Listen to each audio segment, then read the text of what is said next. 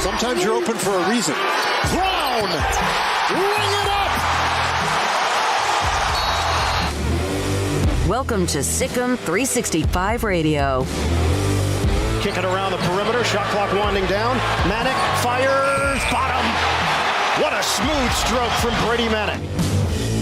Sikkim 365 Radio is presented by IdealMRI.com. High-quality MRIs for $497 or less. IdealMRI.com. Your health is important, so is your budget. Nice little pin down curl. Ready call. Woo! Williams supplying the block. The 3 o'clock hour is sponsored by Waco Custom Marketplace. Meats, sweets, Texas treats, and a cut above the rest. 425 Lake Air Drive, Waco. Justin Moore working with Samuels. Carlton out on him, gets a step on him. Samuels, as White closes, he scores and one. Now here's David Smoak, Paul Catalina, and Craig Smoak. All right, here we go on this gorgeous day in, well, I think mainly most of the state of Texas and perhaps throughout the country. Sikkim 365 Radio, 365 Sports. Paul Catalina to my left, Craig Smoak to my right. I'm David Smoak. We appreciate you being a part of the show. And we will hear from John Fanta. He's a Fox broadcaster, covers college basketball, about Villanova's run and also just the Final Four itself. And then also today, tomorrow we have a writer, Terrence Oglesby. He covers the ACC, covers a lot of college basketball, but he'll join us tomorrow. And we'll have many analysts on the Final Four. And my God, there has never been more of a blue blood Final Four that I can. The elite programs are the elite programs, and even though UNC is an 8th seed, like, let's not fool ourselves into thinking that that's, you know, any kind of really, really interesting. I wore this blue shirt. It looks like it's They did this last week, and not that it was bad. You know, it just wasn't like there wasn't, you know, game-winning shots and craziness and all that kind of going on, and certainly Twitter was, or any social media was not as much traffic as the week before when we had a few more teams involved, which is understandable. But, I mean, looking at the all-time Blue Bloods, you got the only teams really missing in this, if you were to do like the all-time most winningest programs, you'd have UCLA and Kentucky. But then North Carolina and Duke, and then Indiana, who also has 5 titles. So, yeah, UCLA and Kentucky the most ever, and they're not in this. But you got the next 2 in North Carolina and Duke, and then Kansas is, right outside the top 5 with 3 titles, and Villanova's got 3 titles as well. So, 5 of the top 7, 8 programs of all time, and certainly 4 of the most relevant right now. It should be awesome. 7 of the last 13 national championships are in this group. And some have a little bit more of a drought than others. The only ones, as you mentioned, UCLA, Kentucky would be a part of that conversation. 61 combined Final Four appearances. We know what Coach Krzyzewski and also Duke has done. I didn't see it happening. No way did I see that happening. And I'm telling you, they look good doing it too. They are not who they were when they were blown out by North Carolina at home, and not even when Virginia Tech beat them in the ACC. North Carolina continues to play at a high level. Yesterday, Baycott was playing among children. That's what he was. He was bigger, stronger, taller, 20-something points, 20-whatever rebounds. It was amazing as North Carolina dominates St. Peter's and Cinderella's slipper fell off. I saw something I don't think I've ever seen in sports ever. Jim Larinaga, interviewed at halftime with a lead, told Dana Jacobson exactly what was about to happen to his team in the second half if they didn't run faster. He was like, they got to run faster. We can't run with these guys. They're going to come out and run. They're going to come out and run. And I'm sure he went in the locker room against Kansas and said, you guys got to keep running and keep running and keep running because they're going to come at you, and they haven't quite done it yet. And then Bill Self, by his own admission, peeled some paint off the walls, and Kansas came out and ran Miami into the dirt in the second half. Yeah, so you do what you do. Like you hear coaches, we're going to do what we do. Miami likes to get up and down, right? And their coach told them, no, that's not a good idea today, even though they had the lead, which was somewhat surprising. And what Kansas did to start the second half, you talk about blowing somebody's ears and doors off.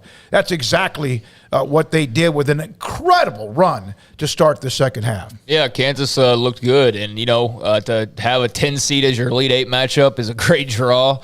But, hey, Miami was, playing well and playing with a lot of confidence. And, Kansas just took it to them. And, that second half outscored them 47-15.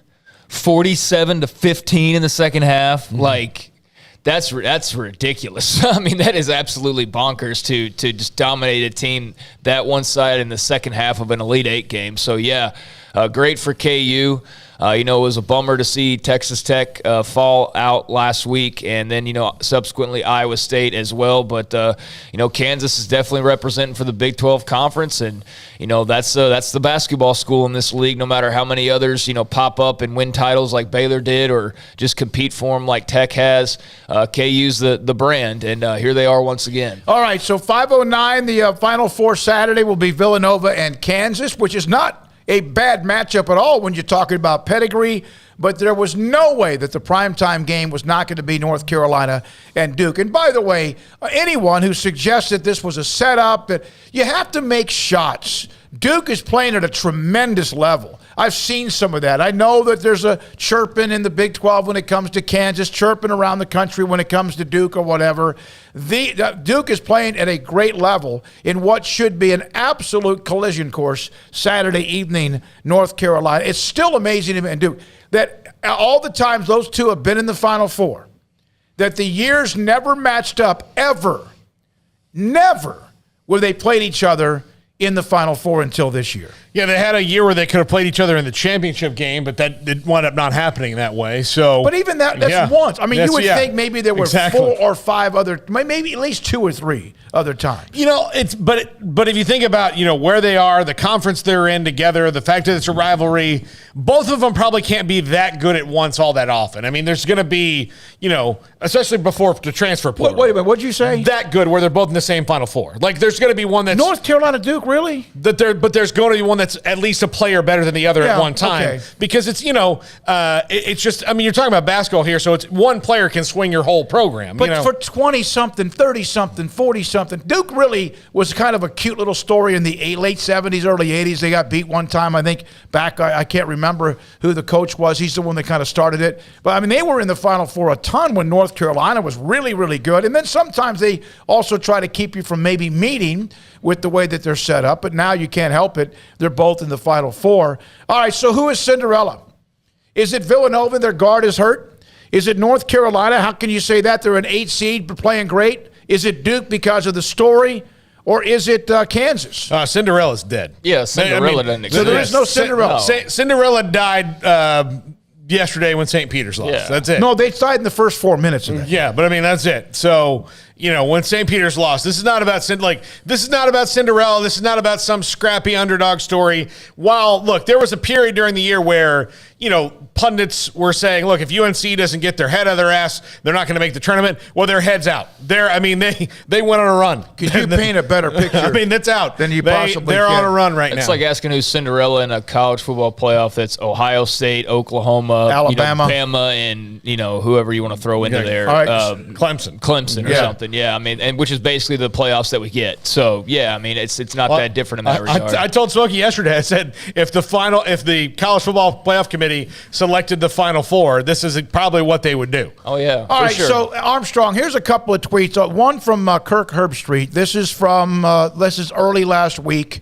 The one that says at Peacock's MBB is the one I'm looking for first. So Kirk Herbstreit, he put out, man, I love how much Peacock's men's basketball loves to compete, play for another incredibly well-coached, selfless basketball team. Love watching their culture rewarded on the grand stage. Congrats. I can't wait to watch you all in the Sweet 16. Of course, then they won and played in the Elite 8. This is the same guy. And so he's complimenting kind of a run, a fun run, a cute little story. Then here is the same person that Kirk Herbstreit, after the College Football Playoff Committee announced that Cincinnati would be in the 4, which they earned after 7 years of bitching and complaining from a vocal minority that the college football playoff system is rigged. The small guy will never get a chance. Haven't heard much from you last couple of days. Everything okay? What's the next conspiracy? What an elitist piece of crap to say what he said. Why is he so defensive? Yeah. Why is Kirk Herbstreit so defensive about the college football playoff? He does this like every couple of months where he gets something where he can really rail on the people who want an expanded playoff, and then he wants to, I don't know why he is so defensive about this. It's weird to me. And how passive aggressive he is over this as well. Like, where are you at? Like, well, sorry, when I saw this basketball game in that I was enjoying, I didn't think better go tweet Kirk Herbstreit to get his thoughts on this, or to say some grand thing about the college football playoff. No, I just enjoyed basketball and wasn't really thinking about you. But yeah, I don't really have a reaction to what exactly he's saying there. I mean, I see the point that he's trying to make. I just don't know why he's carrying the banner so hard for the anti-playoff expansion. It's very bizarre to me. Well, he's an elitist when it comes to college football. And here's the thing. Hold on. You have 4 blue bloods, but the fun part of this tournament, and it's going to be an incredible Saturday evening, but wasn't it fun to see a couple of guys pick off some of the dudes? And you could still do that in college football. You could still end up with Ohio State and Alabama and Georgia and Clemson or Oklahoma or whoever. You could still get that in the end. That's what you normally get in the men's basketball tournament anyway. But it still would be fun in that first round that somebody picks off somebody who is an elite college football Wouldn't program. you love to see... I'll just say right now, Cincinnati, before they played Alabama, if Alabama got one of those buys, but Cincinnati plays, say, Oklahoma State and beat them, like it's a power, or USC, or somebody like, you would like to see that. Yeah, maybe it doesn't happen a second time, but it still would be fun. You never know when the matchups are going to fall your way. Who was it last week when I brought up the field of 68 that the first play-in games, the first 4 should not, and who was the one that said, do you realize how important it is for those 4 teams to be able to say they won a game in the tournament? Yeah. And it's the same thing if there was a larger expanded college football playoff. If it was up to Kirk Herbstreit, there would be no St. Mary's, St. Peter's, St. whoever. They would not even have a chance. So I don't know what he's bragging about with his defense of the college football playoff. You're basically saying that you want them to have no opportunities to really launch their brands any further than they are by saying, well, what's the point? We're just ending up with the same teams anyway. So if it was up to Kirk, let's just start with the Final Four and the Blue Bloods and let's just play it from there. Because I mean, that's what I'm taking from his comments. I mean, why play the other games? We're just going to end up with the same 4 anyway. So why would we want to see a 16-team playoff where maybe a UCF can knock off an Auburn and it's a big win for them? Oh, wait, they've done that before. Or why would we want to see a Baylor have a crack at, facing off with a Clemson and just seeing how that would go if they have a particularly good team one year? No, we wouldn't want to see that. Let's just put Clemson in there and let them play. But in the end, most of the time, like we've even said about the 15 and 16 seeds, 90-something% of the times they lose. But we don't remember those. We remember the runs that have been made by University of Maryland, Baltimore County, St. Peter's, George Mason, among some others. But here's another thing, though. When you expand a playoff and you have regions and different things like that, okay, if you shuffle the number 1 seeds for this tournament, maybe Baylor goes further, but Baylor, it's about the matchup. So if you do that in football, you don't know what your matchup's going to be. Could hit you in the face. You don't know. Yeah. It happened with Baylor and North Carolina. Bad matchup. My thing that I have a hard time with a lot of the people like Herb Street or whoever else wants to talk about, anti-expansion of the playoff is just, why do you not like college football as much as you seem to? I mean, if you're a guy who's a voice of college football, you love college football, you want to see college football, you're all about college football, but yet you're advocating for less college football and less opportunities for other programs. I mean, I get we're going to end up with Alabama and Clemson and Notre Dame and Oklahoma or any other variation of that with Ohio State or whoever, but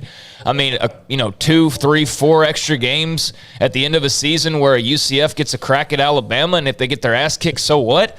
Like, why are we anti that? Why are we so like? Why do people get angry and defensive over just wanting to play a couple extra games? I don't know why they're so stuck in the mud about that. And because they don't want to share that revenue with a lot of other people. That's really what it is. And they do that anyway. They just don't want to share as much of the revenue. John Fanta, Fox Sports. He covers college basketball. Great broadcaster. We've had him on in the last year, even during Baylor's run, and no matter who's running into the Final Four. John, thank you so much. Have you ever seen a bluer Final Four than this one?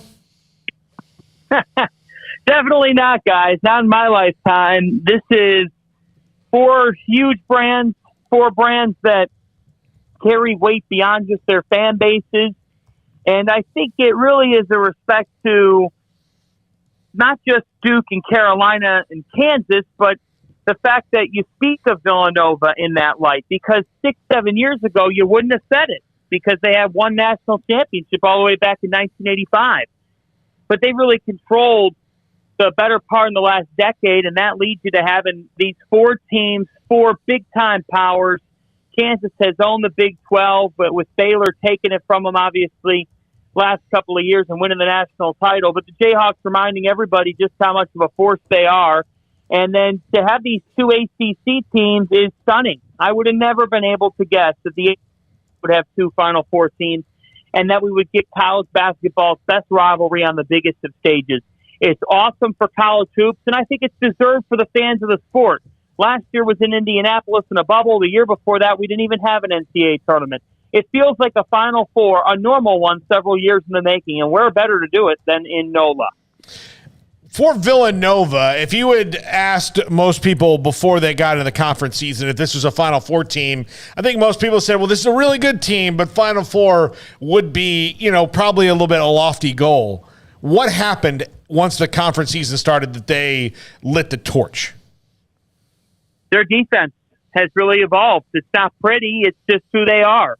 Last year, this was a team that was outside of the top 65 in KenPom adjusted defensive efficiency. They were hovering around 66, 67. This year, they've been a top 25 defensive team. They have said, look, we might not have the Final Four makeup in terms of star power, but we'll make up for that in limiting possessions, in being one of the slower tempo teams, and we'll use the stars we do have. And they have the best game manager and the best playmaker left in this tournament, and that is Colin Gillespie. He goes about his business in a soft-spoken way, in a softer manner, but man, does he know how to win. He's a silent assassin, if you will, in the way that he plays. And so Jay Wright has been able to fit a style for his personnel. It's been a little bit different. It's been even slower than Villanova's played before, but it's been attentive to detail, and it has been really successful. And through these last couple months, we've seen Caleb Daniels take a climb. He'll have to be big time with Justin Moore done with the Achilles tear. We've seen Jermaine Samuels play his best basketball of his career here during this NCAA tournament, and we've seen Brandon Slater, a guy that has not been much of a product for Villanova here, a product of their success. This season he has been, and he's defended at a high level. So I think it's been done on the defensive end. John, you quote tweeted this, and we were actually just talking about this a second ago, but North Carolina and Duke, 257 meetings, 258 NCAA tournament wins, and now the first NCAA tournament game between the two of them. I mean, how incredibly crazy and also special is that, especially given the Coach K storyline and the meeting here recently that really kind of was a fork in the road for both teams, and now they've arrived back opposite each other. Right, and 13 miles apart, it feels right. It's unbelievable to see that these two teams are going to meet in the Final Four. And you had to feel after that game at Cameron Indoor like the next matchup would be one that carries intensity, but we always thought, hey, it'd be next year. An extra sense of intensity, if you will. But you mean to tell me that Duke and Carolina are going to meet in the NCAA tournament for the first time ever? And that it's going to come during Mike Krzyzewski's final season at Duke? That is something straight out of a 30 for 30. And whenever that Coach K 30 for 30 comes out, you know what the last part of the documentary is going to be about. This is one of the biggest, most highly anticipated games in college basketball history, because you're talking about a rivalry that speaks for itself. In a Legends last year, Carolina has the opportunity to pull a Georgetown Manley Fieldhouse's closed moment at Syracuse that we once saw in this great sport. Could Carolina close Coach K's career, or will Coach K get sweet revenge for one final time? The poetry writes itself. The star power writes itself. These two teams have players that are playing their best basketball at the right time of year. Armando Bacot going for a 20 and 22 performance yesterday. How about Mark Williams the night before and the way that he dominated Arkansas? And then the guard play. Jeremy Roach has become a star. We've seen Caleb Love and R.J. Davis piece together their best run of hoops. Duke and North Carolina are going to deliver a product to remember on Saturday night. There are some games sometimes when you say this can't be underwhelming. I fully believe that this game will live up to its anticipation. John, what happened to these two? What turned? I mean, Carolina obviously hammered Duke at Cameron, and then got knocked out, in the semis or whatever by Virginia Tech in the ACC. Duke lost to Virginia Tech, although they led the ACC most of the year, but it was never to a point where you knew who they were. What have they do? What's happened here? Is this just two coaches that have kind of, in different ways, helped them get to where they are right now? Yeah, I think it is two different roads, guys, but let's look at each. For Duke, I think a lot of it is psychological. A lot of it is mentality and how you handle the amount of pressure that you're under, knowing that this is Coach K's final ride. So having to deal with that carries a whole different dimension.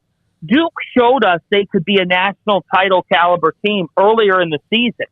I mean, they looked great right from the get-go in the Champions Classic. Paolo Banchero, such a transcendent talent. And then you think about the guard play and the way that it was coming together. I think that this team had to swallow some lumps to now get here. But for me, you could never deny Duke's talent. They're the most talented team of these four that are left here in New Orleans. Where you go differently is North Carolina, to me, is a team that was not defending. They had no defensive identity. This wasn't psychological as much as it was, hey, you got to become more connected as a group. And they've done that here. And one big moment for Carolina is Dawson Garcia, a Marquette transfer. He leads the team. That opens the door for Brady Manick to take on a bigger role. And sometimes, guys, when you take on a bigger role and you know there's nobody behind you, you play even better because you play with no pressure, nothing to lose. And that's what I sense from Brady Manick. And I sense that from Carolina as a whole. I think this North Carolina team said, look, everybody's hating on our coach. They think Hubert Davis was a bad move. Let's play for him. Let's play for each other. And that's what Carolina has done here in putting together a run. They've won 16 of their last 19 games. They were a team that everybody counted out in mid-January, and here they are. So It's a little bit different. I think for Duke, it's adjusting to the pressure level of this Coach K situation. These kids have really grown up, and they have found backcourt playmaking. But for Carolina, to me, it's about defense. They couldn't defend a lick earlier in the season. They got blitzed by a couple teams. This team has found itself on that end of the floor. They have found a toughness. John, what are your thoughts on Kansas, the lone remaining one seed in this tournament? They haven't played their best basketball. They hadn't until the second half yesterday against Miami. What do you think of them as they head to New Orleans? Well, I think that this is a team that has a terrific wing in Ochai Agbaji, but the biggest question was what kind of guard play? What kind of guard play are they going to be able to get? And the answer to that question has been Remy Martin. I mean, Remy Martin has been superb for this Kansas team in this NCAA tournament. Had it not been for Remy Martin, Kansas doesn't beat Providence on Friday night. Martin made some huge plays to set the tone in that game. And he didn't have his best performance against Miami, but he's given them a different dimension. And Kansas's point guard play, no disrespect to DeJuan Harris, but DeJuan Harris is not an elite point guard. He's not an elite guard. Remy Martin gives them that elite feel in the backcourt, and it's a guards game, gentlemen. Kansas can match up with anybody from 2 to 5. The one position was troubling them. That position has now been more solidified. Agbaji, Christian Braun, Mitch Lightfoot, Jalen Wilson, they're all shot makers who make things happen. Wilson's a key because he didn't shoot the ball well against Miami and is not a great perimeter shooter. So I'm curious to see if Villanova plays off of him, and we'll have Jermaine Samuels take a step back from guarding him from time to time. But at the 5 spot, David McCormick's been better as of late as well, and McCormick did not have a great regular season. So I think it's a combination of they always had the talent, but Martin was out for a longer period of time, and they were missing that extra option offensively, and now they've found it. John, your early predictions for this weekend, or are you still kind of tinkering around with it in your head? Yeah, I think that the guys give Jay Wright a week, and it's very difficult to doubt him, but Kansas should win this game. They have more firepower. They have more depth. They're now defending a lot better than they were.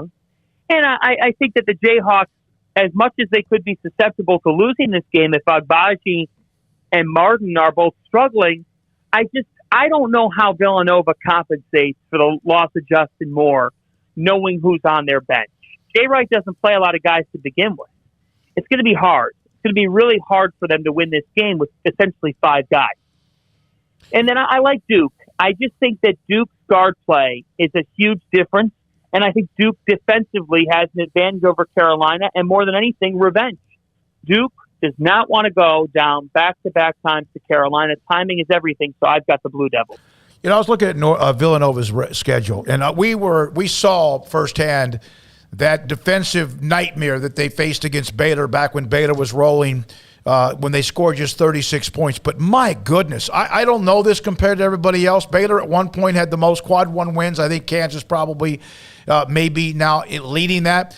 But they've played number 2, 17, 6, 2, 18, 17, 24, 17, 8, 21, 9, 20, and that's just the regular season. And their trip, Kansas, now they just beat Houston, who was hot, Michigan, who was hot, Ohio State. I mean, they have played a schedule. I mean, I think everybody by this time has played a schedule, but my goodness, have they been tested. Yes, and Jay Wright had that mindset. He said he questioned his scheduling a little bit when the calendar rolled to January because he thought, did I make it too hard? But I'll tell you guys, this is the prime example. Why wouldn't you schedule in college basketball? Mm-hmm. Because by scheduling, Villanova got the benefit of the doubt with the committee. And they got a nicer draw, I think, than a team that doesn't schedule. So Villanova suffered losses to Baylor, to UCLA, to Purdue. In the committee's eyes, they gave more credit to Villanova for scheduling those teams than for someone who came up with a cupcake win. And I like that. I like that. They often say you got to beat people. Well, some of these teams didn't even beat anybody. So, for me, why wouldn't you schedule in college basketball? Jay Wright knew he had a veteran team, and he knew as the calendar turned to December that his team had to get better.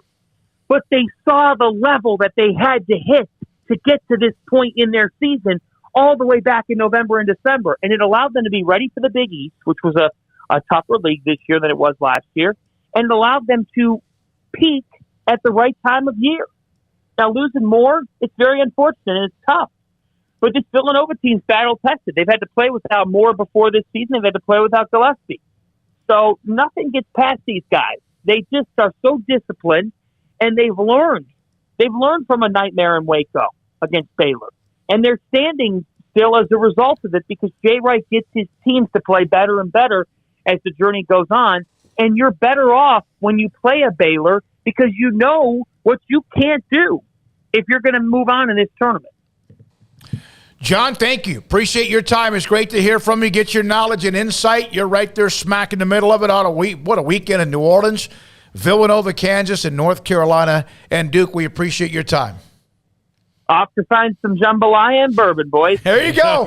There you go. Thank you very much. That's John Fanta, Fox Sports college basketball broadcaster. Love hearing his thoughts on the Final Four coming up this weekend. Yeah, I know we've been talking a lot about the men, but I just wanted to mention that Kansas is the only Big 12 team alive in either tournament, as we saw Texas go down this weekend on women's hoops. So tonight, I guess they get the other half of the bracket situated, but already a couple of teams in Stanford and South Carolina that have booked their trips, and then we'll see tonight if UConn advances against NC State and Michigan and Louisville. But Texas was the hope on the women's side. They're out, so KU kind of carrying that basketball banner for everybody. When the tournament was decided, Kansas had 12 quadrant one wins. Baylor, Gonzaga, Tennessee each had 10. Wisconsin, Kentucky, Iowa State had 9, and then Villanova's in a clump of about 6 to 8 teams.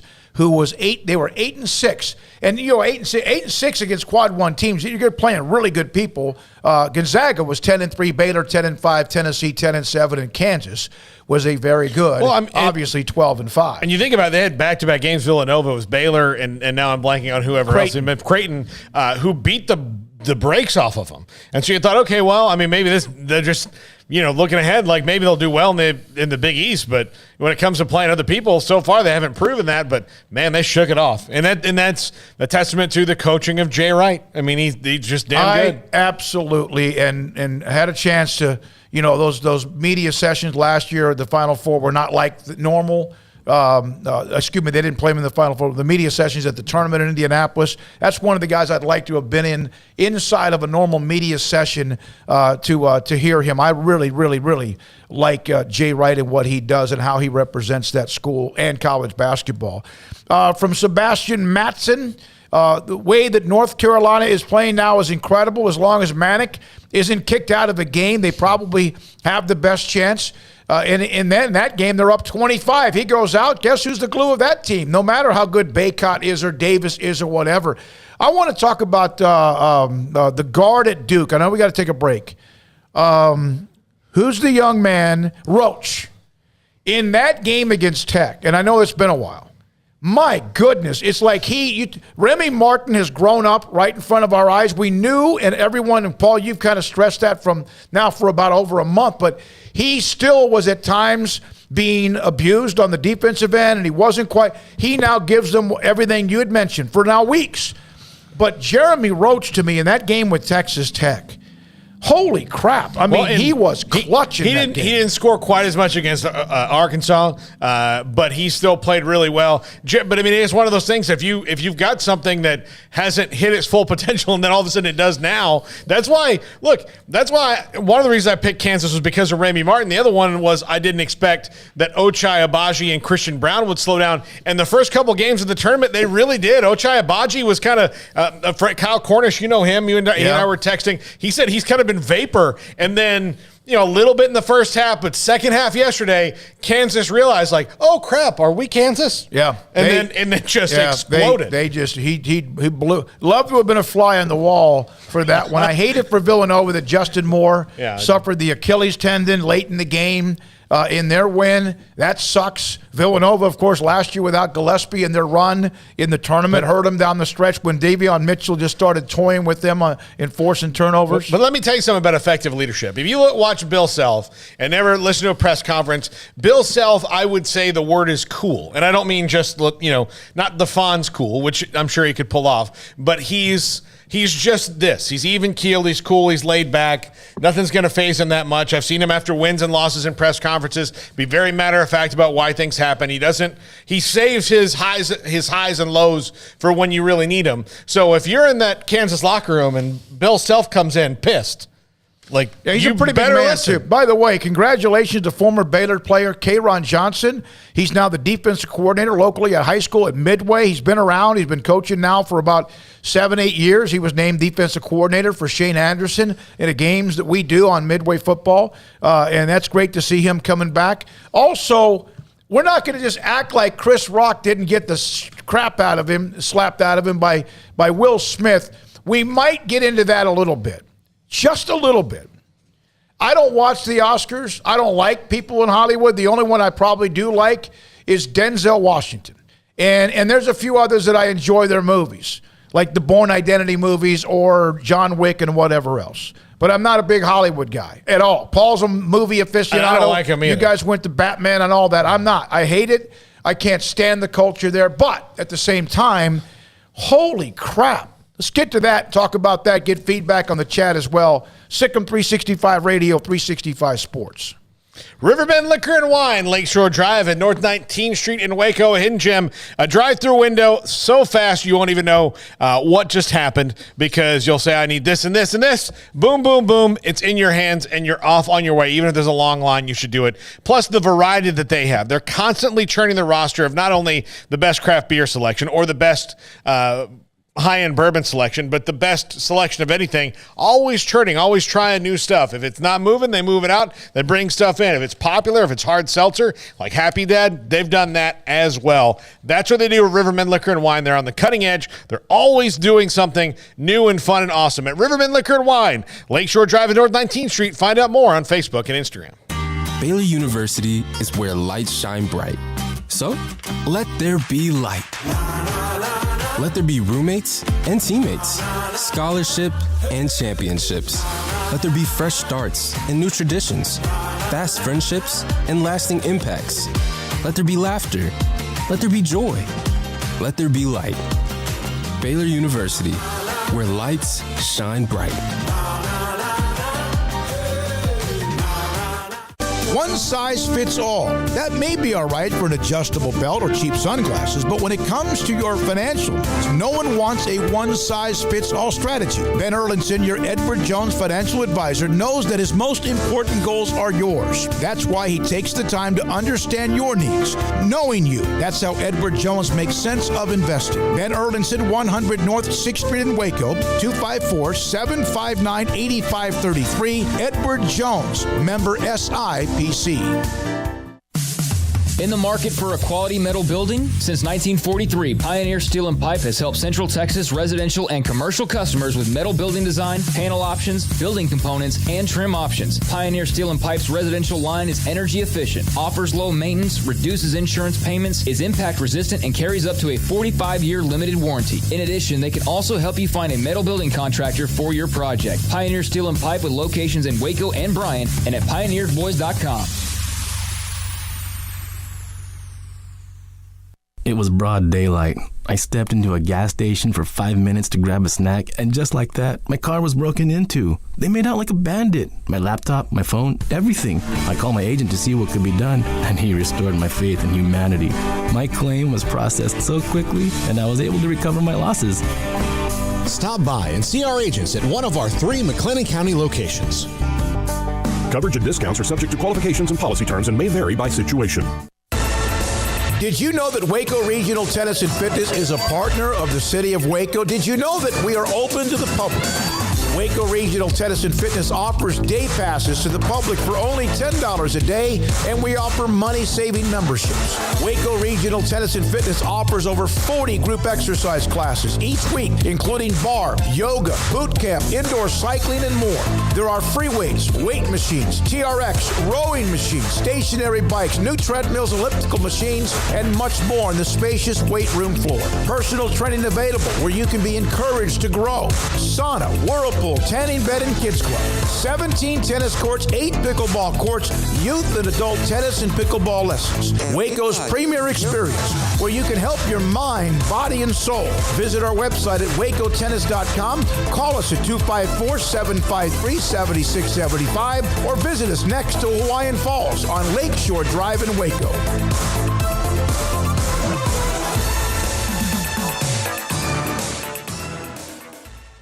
Cars priced right both day and night. At Richard Car in Texas. Trucks built for you, red, white, and blue. At Richard Car in Texas. Cars that zoom with lots of room. At Richard Car in Texas.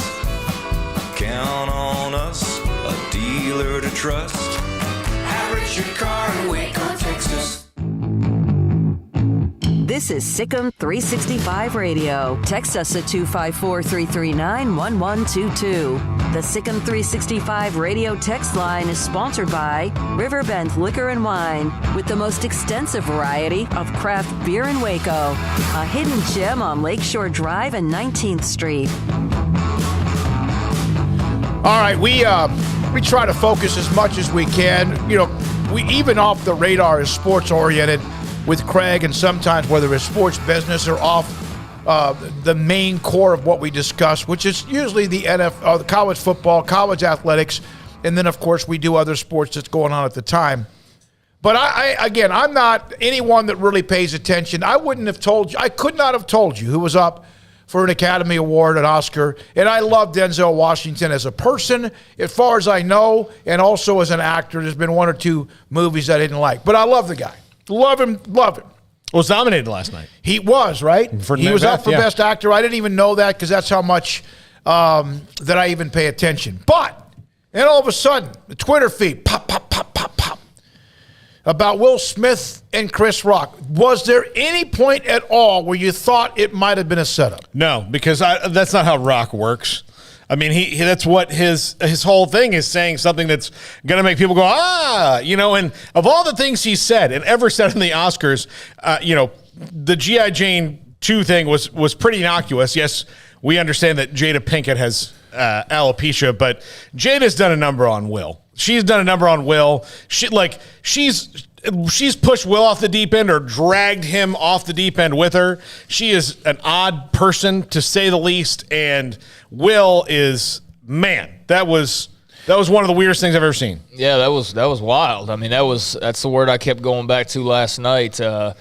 Was not watching and barely even knew it was on, actually. I just happened to catch a commercial right before it started, but I wasn't watching, and then just happened to look at Twitter later in the night, and it was right about the time all that happened, and I just saw, very generic, oh my gosh, what just happened? And hell, in the world today, I'm wondering, what is going on? It could be any number of things when people are freaking out on Twitter and an award show, but yeah, to finally see what had happened moments later when it got posted, and then to see the feed from Australia or wherever it was that had the uncensored version, that was bizarre. I mean, that was truly bizarre behavior. I get that you can get pushed over the edge, but Will Smith seems to be a guy that's normally pretty.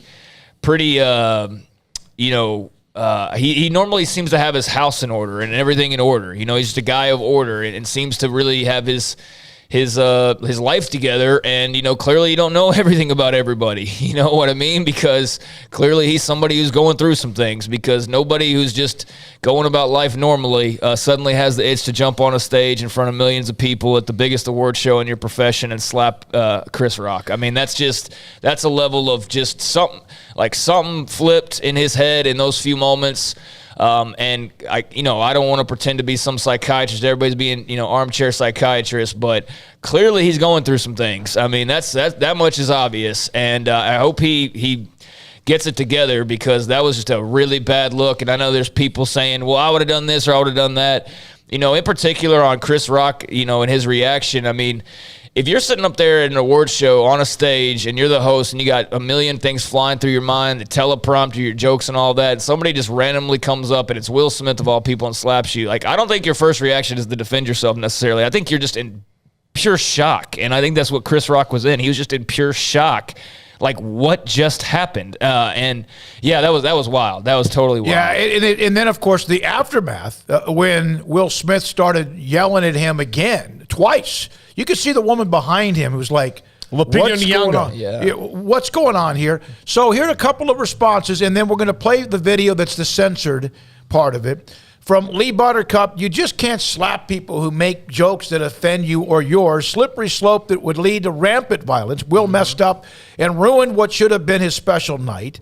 From Mike, the Will Smith, Chris Rock thing might have been a work. Oh, he's the one who's always saying it was rigged. Yeah. Sebastian, truth be told, King Richard plays real loose with the truth too, but so much of Hollywood cheapens history, tells a false version that actually happened. I don't even really like watching historical movies ever since I learned how much of the truth has actually changed in these movies. There's a good website, I forget the name of it, but you can actually go click on any historical movie and it'll show you every single scene that's inaccurate or every single thing that's inaccurate, and some of them are just like so blatantly accurate, like, I didn't think that the Revolutionary War happened that way. It's like all of it was a lie, the entire movie. But Friday Night Lights is like that when it comes to who they played and where they played and what the storylines were. Rich Boone.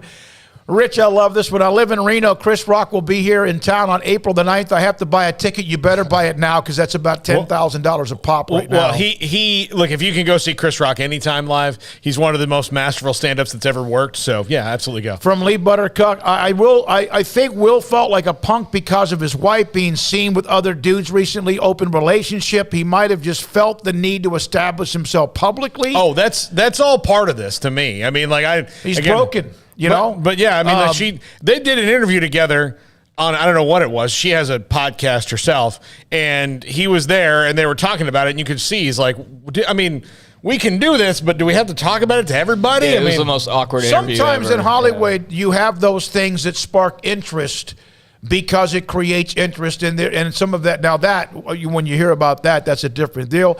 From Paula. If I had been anyone else, they would have escorted them from the building after assaulting another person. Well, I mean, certainly nobody, no random person without a big name could have done that. They would have been in jail in 2 seconds. Absolutely. It's a total double standard. The fact that it was Will Smith is the only reason he's not in handcuffs. And, Chris Rock, I think if that was a normal person that had just come up, maybe he doesn't press charges, but I think he probably would have. But, yeah, I mean, that would have been a bad look if he would have turned around and pressed charge. Like, he would have gotten probably more flack for that, even if he would have been in the right for that. But yeah, if it was a normal dude who just got up from his chair and walked up, who's just like a friend of an actor, yeah, that guy would have been in jail. Absolutely would have been in jail. Well, and Chris Rock will get miles out of this. No, we'll come back with that. I just hope Will Smith ends up okay, man. Like, seriously, like, I love Will Smith. I think he's awesome. I think he's a fantastic actor. I've watched him for going on 30 years now in various things, and just incredibly talented, seems to have his head on right, just does so many good things, and that was just bizarre. I mean, it was just like a broken person out there, and, again, I don't want to try to play psychiatrist or psychologist because I don't know what's going on in that man's home, but it's kind of hard not for the public to sit there and, look at some of these videos with his wife that have come out from their red table talk and all that kind of stuff that was coming out a few months ago, and just the general conversation surrounding her, and it's all very strange. And I feel for the guy.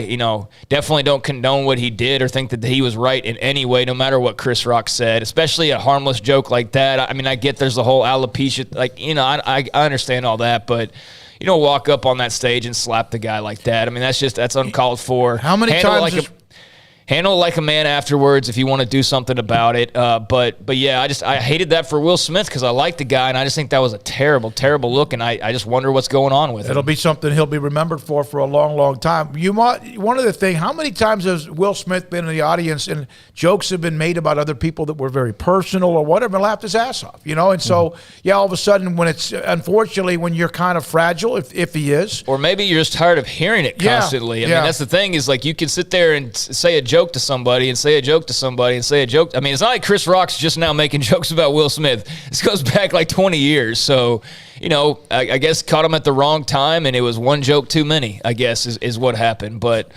Yeah, that was so strange. Remind me to go back to the 440 text about a personal note about one of our listeners who listens to our show that gave an update about his father and his health. It'd be good to come back with that. But here is the censored version of Chris Rock and joking and doing his stand-up and all that. And he wasn't even one of the hosts. It was Amy Schumer and a couple of other people. So, and I say that because I don't know any of them. But here is Chris Rock, and here's the situation. Oh, Richard! Oh, wow! Wow! Will Smith.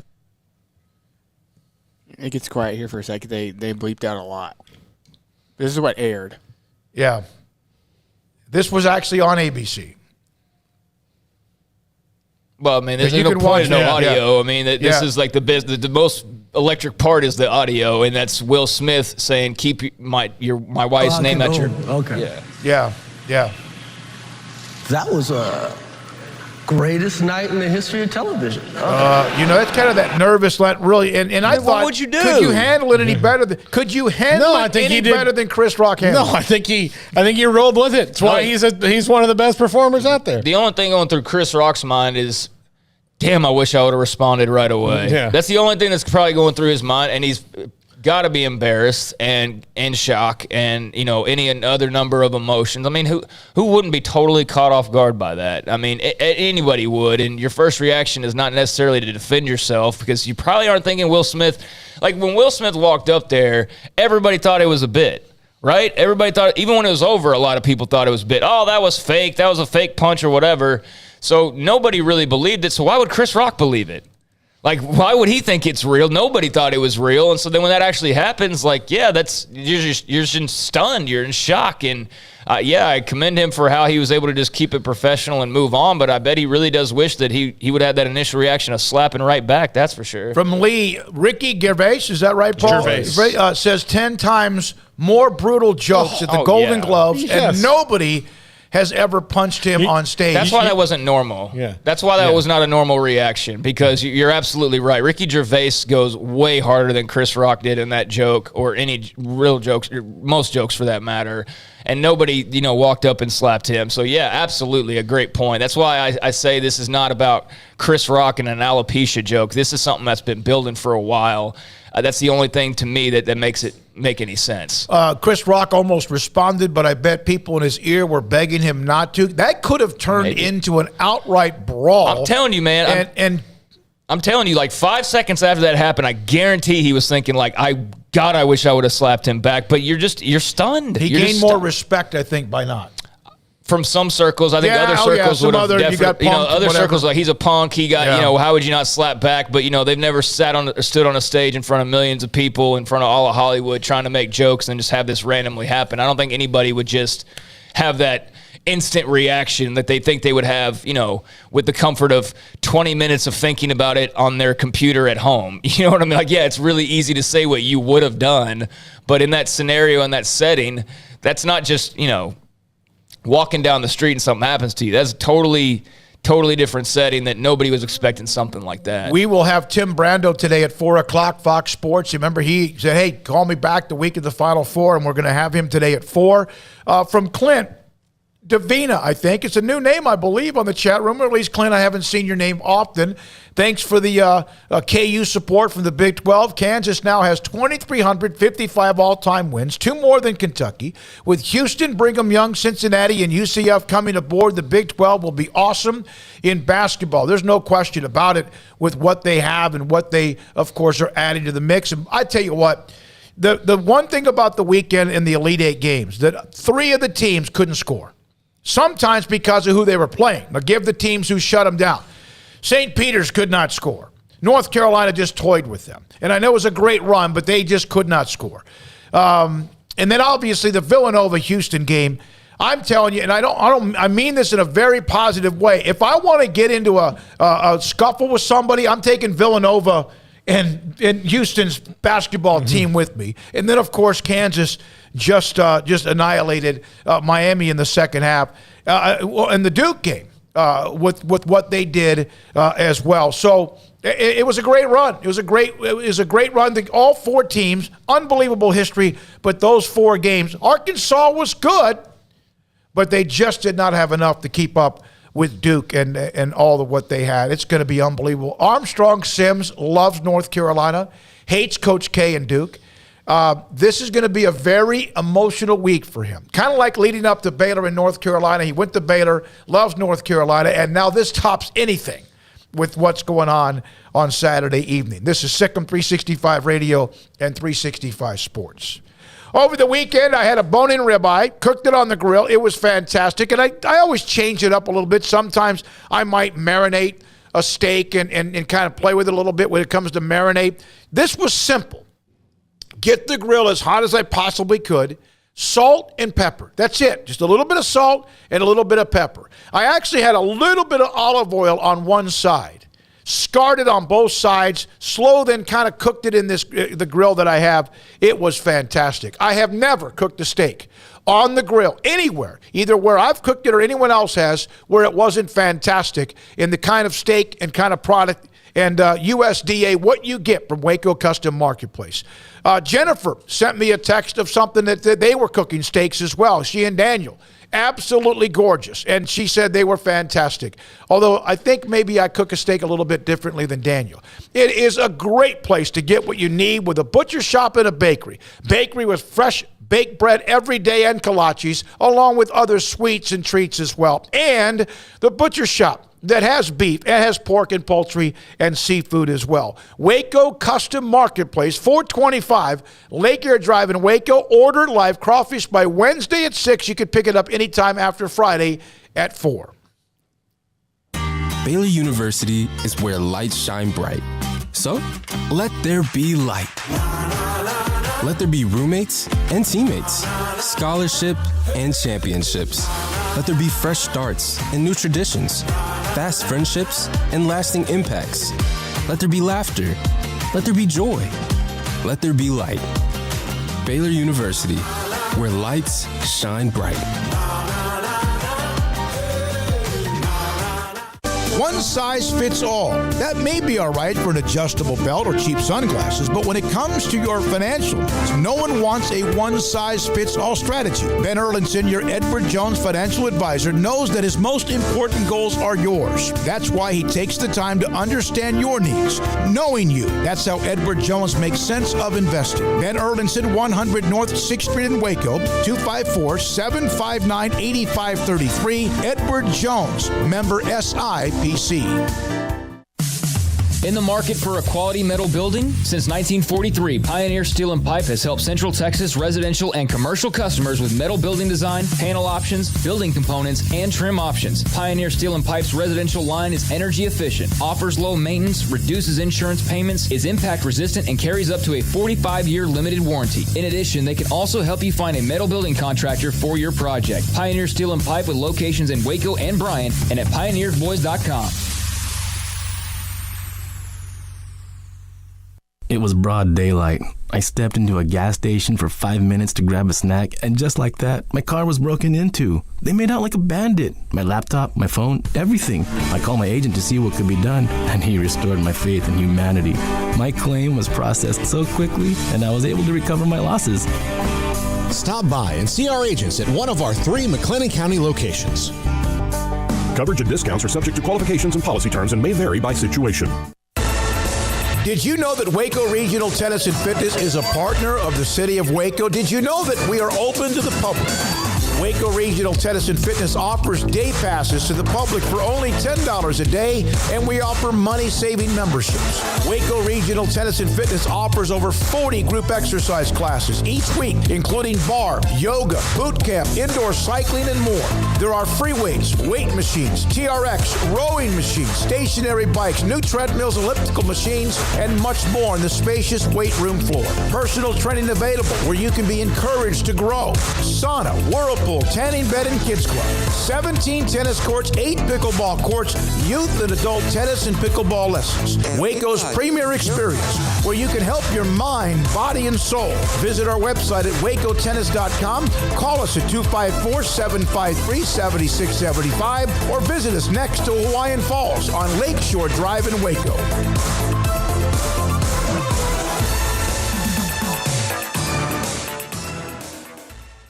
Cars priced right both day and night. At Richard Car in Texas. Trucks built for you, red, white, and blue. At Richard Car in Texas. Cars that zoom with lots of room. At Richard Car in Texas. Count on us, a dealer to trust. At Richard Car in Waco, Texas. This is Sikkim 365 Radio. Text us at 254-339-1122. The Sikkim 365 Radio text line is sponsored by Riverbend Liquor and Wine, with the most extensive variety of craft beer in Waco. A hidden gem on Lakeshore Drive and 19th Street. A couple of the chat room. Tim Brandon will join us momentarily. Fox Sports. Patrick Dagg. Is this the best Final Four we've had in the history of the tournament based on the success of all 4 teams? I can't think of anything analytically better. I'm sure there might be one or two maybe.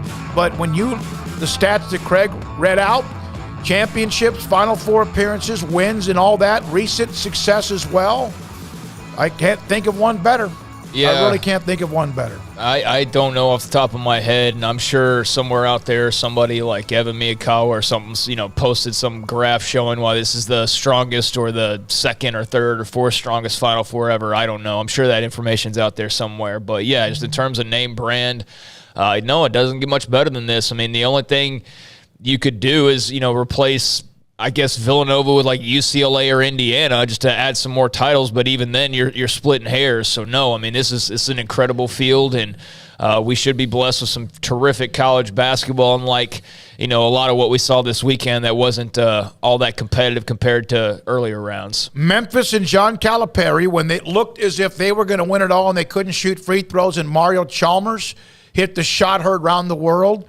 That Final Four had Kansas in their 8th championship game, 13th Final Four. It had North Carolina at the time, their 17th Final Four, and UCLA in their 18th Final Four. And Memphis that year, remember, had the great team, and it was their second trip, I guess, in the third Final Four, second title game. That team, of course, vacated everything. That was pretty, all number 1 seeds. Yeah, that was the only year it was all number 1 seeds. So you had that one. That was also, by the way, the connection to San Antonio, which was one of the regionals this year. That was in San Antonio. Mario Chalmers was named the most valuable player of the tournament. Bill Self winning his first title, and they've had a great run. Kansas has owned the Big 12 with an exception. Last year, of course, with Baylor in the year they had.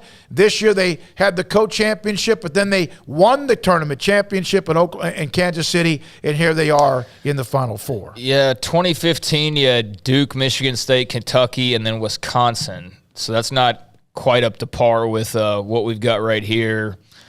And I'm going to have to keep going back. I mean, yeah, Villanova, Duke, Kansas, North Carolina is about as good as it's been in a while, because you might have fields where there was 3 of the 4 were blue blood-ish or, basketball blue blood types. But it's, yeah, that 2008 Kansas, Memphis, UCLA, North Carolina was pretty salty. 2009 North Carolina, Michigan State, UConn, and Villanova. That's a pretty good one. Yep. And we could keep going and going and going here, but no, this is pretty dadgum terrific in terms of big name basketball programs and basketball programs. Not football schools with a pretty good basketball. These are basketball schools, and it's very cool to see them. All converged in this Final Four pool, and we'll see what emerges from it. But should be 3 awesome games. That's what I'm expecting. One of the things about Villanova that people discuss is what they've done recently. Of course, Baylor last year beat them in what was the Sweet 16 at Butler. I think it was Sweet 16 at Butler Fieldhouse. Sweet 16 or Elite 8 game. Arkansas was Elite 8, wasn't it, last year? So Villanova was the Sweet 16 at Butler Fieldhouse. Villanova You can go all the way back. This is not their first rodeo. It's recently they have been dominant.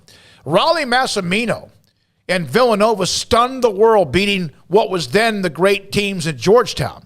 And in 1985, when they slowed it down, methodically winning the game, that was when you had NC State in 83 beat Phi Slamma Jamma, and then you had Villanova beat Georgetown in 85. Two out of 3 years were shockers in the NCAA tournament. We're now joined by Tim Brando. He's got all the history of a lot of these as well. Fox Sports joins us a lot. We appreciate his time. Tim, is this, and we just mentioned 2008 Final Four.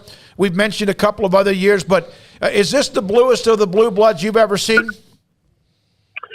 It's up there, but if you don't mind, would you allow me just a second to point something out to all of our college football and basketball fans? Yes. For just a second.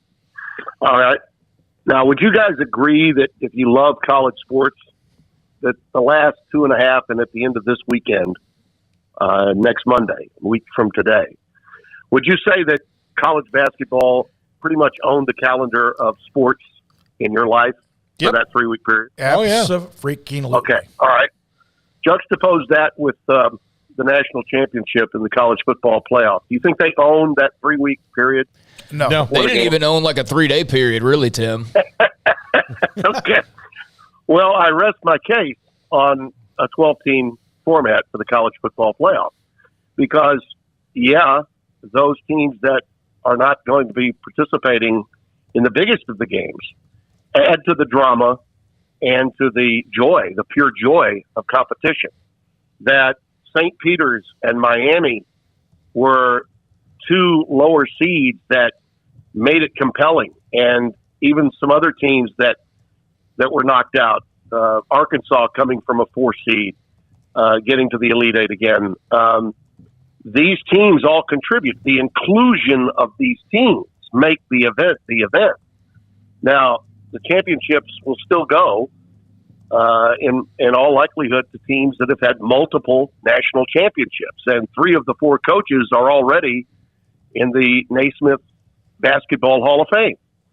And the other coach in his first year has played for national titles and is a part of the North Carolina program, Hubert Davis. So I rest my case that if college football's leaders, who are also very much a part of this tournament as commissioners of the very leagues that we're discussing here, if they don't understand that, then what the hell planet are they on? Mm-hmm. Okay? What the hell planet are they on to not understand how captivating this tournament has been? And even though the finals, the semifinals and finals will be on TBS, the ratings are going to be through the roof with these teams because the alumni bases are incredible. Now, it would be a larger rating if they were on CBS rather than TBS because of the cable versus over-the-air network situation. But this is TBS's year contractually to have the semifinals and championship game. But it's just incredible. 40 years ago, as a Cub reporter at WGSO Radio in New Orleans, I was 26 years old, and it was my second Final Four. I'd been to the one in Philly in 1981, covering LSU. And the following year, doing a nightly sports talk show on Canal Street, I was on hand and got my credential that way for that Final Four. And think about it. Georgetown had a freshman Patrick Ewing. Houston had Akeem the Dream Olajuwon to go along with Clyde Drexler, and Phi Slamma Jamma was just getting rolling. Then you had Louisville with the McRae brothers and Milt Wagner and so many other great players. Charles Smith, just a fantastic team that had won a national title 2 years earlier with the Doctors of Dunk, Darrell Griffith. And also you had North Carolina with Perkins and Worthy, who were, by the way, bigger names than Michael Jordan as a freshman. Okay, with Black and Matt Doherty, the rest of the starting 5. Think about how big that was at that time. This will be bigger than that. Okay, it will be bigger than that. And it's 40 years later, and the event has taken on, that was the first real big success story of a dome stadium with the Final Four. Houston had it, but it wasn't quite as big of a deal in the 70s. This was much larger, and at this point, the NCAA knew that people just wanted to be at the event. They didn't care how good or bad their seat was. They just wanted to be there. So it will be a fantastic Final Four, and it's been a tremendous tournament. I mean, just the double-digit seeds winning early, as I suggested they would. They all did. And the ones that lost were very competitive. We didn't have very many blowouts until things settled down this weekend and in the regional finals.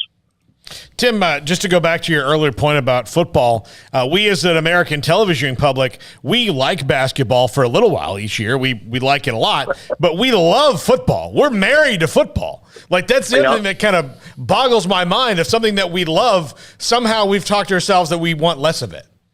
Yeah. We allow the elitists to tell us, well, they're not going to win anyway, so why have them in?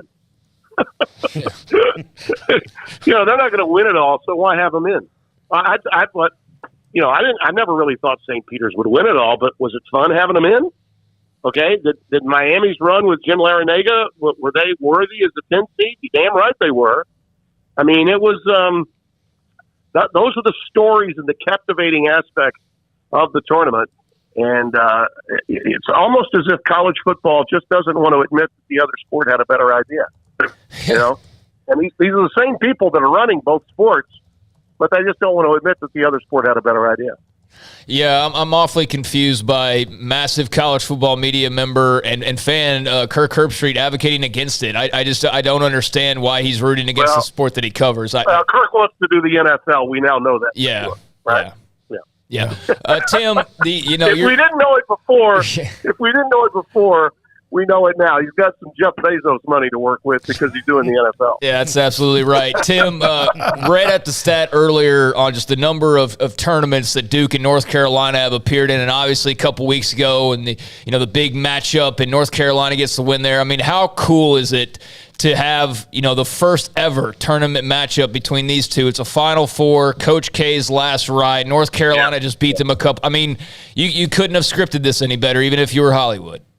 Yeah, it's above and beyond historic. I mean, people, I noticed a few people in the media were like, gee, I can't believe Duke and Carolina never met in the tournament before. And I'm like, okay, we need to do a history lesson again. In the John Wooden era, there were only 32 teams, and you had to win your league to get a bid if you were in the ACC.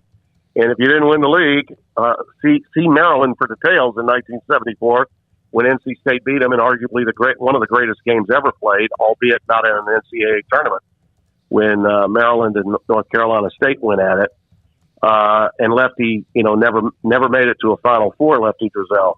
But, we only had 32 teams. So, you weren't going to get a chance to play a team that was in your conference in the NCAAs. Now, they moved it up to 48 in the 70s, and the chance was enhanced a little bit, but not enough to make a difference. And then when they went to 64, which was in 1985, you do recall that year, the NCAA just could not keep the Big East from having a party in Lexington when Georgetown, Villanova, and St. John's all made it to the Final Four, with the one party crasher being Memphis State.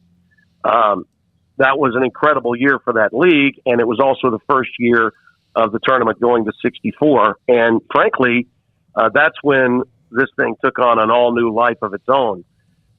In 91, it almost happened. It was the year after Vegas had beaten Duke by 30 in Denver, and North Carolina had won its way into the Final Four in Indianapolis. They played Kansas. It was Roy against Dean.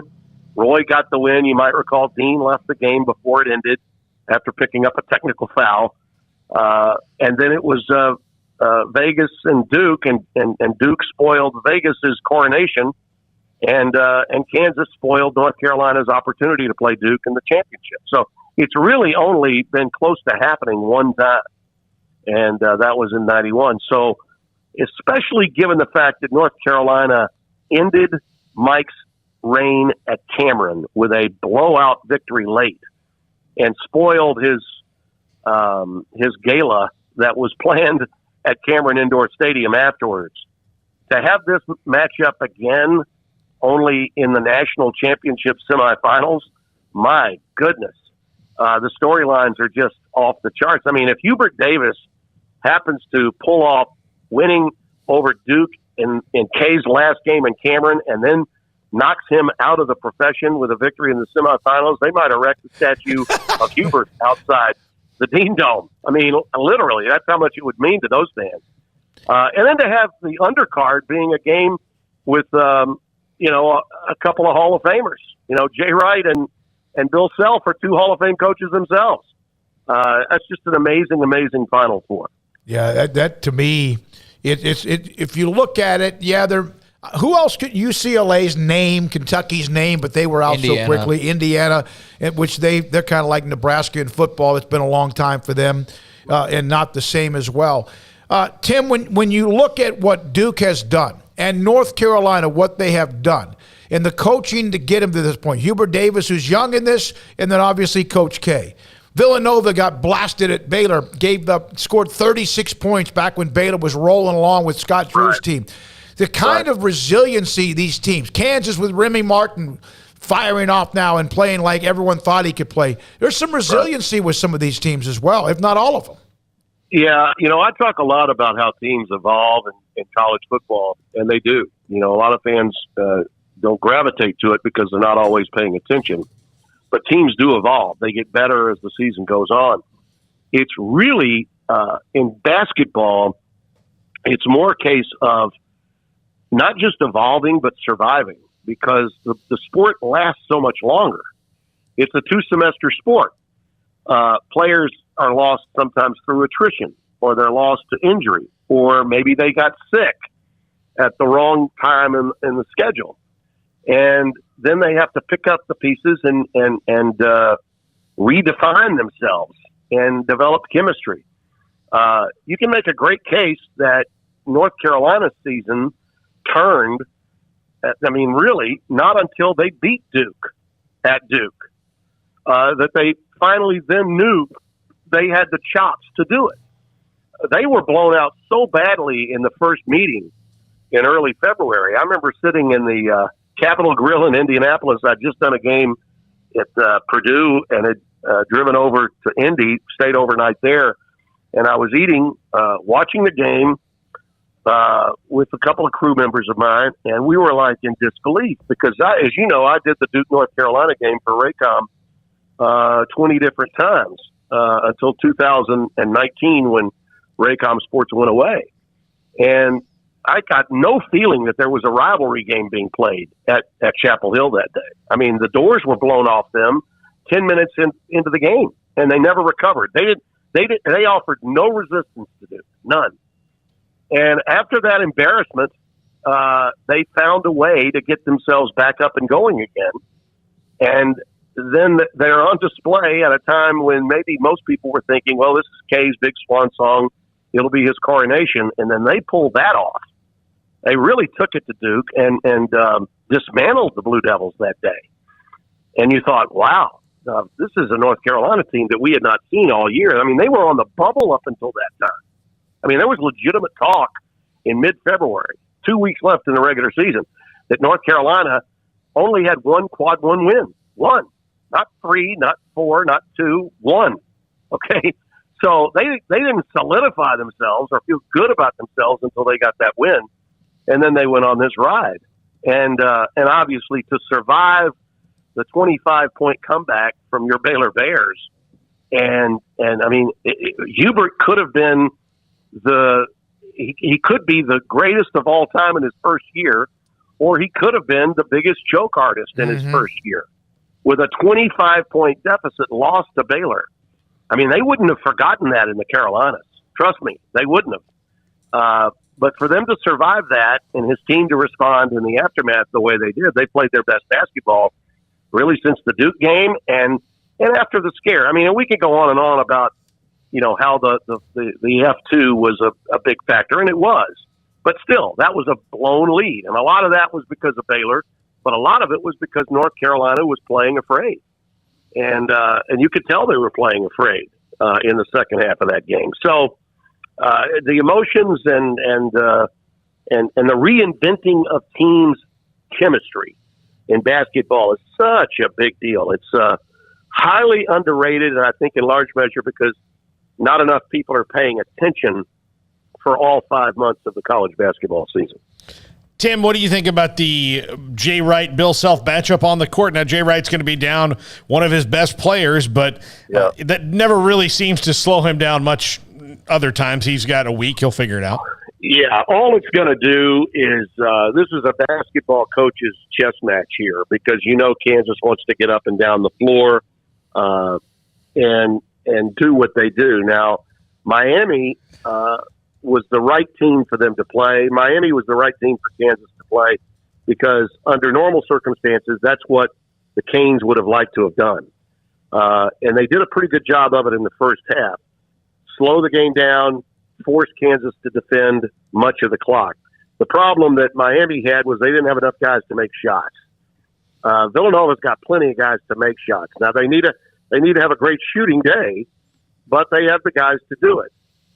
Samuels, the guy that will be replacing Jermaine Samuels, who was the most outstanding player in that region, is a great wing player, small forward, and two guard body that can post up and do things inside too. But Caleb Daniels, who's from New Orleans, went to high school in New Orleans, and played at Tulane through the 2019 season. He transferred to Villanova at 20. He now gets to come home and be a starter in the Superdome, not far from where he grew up and played high school ball.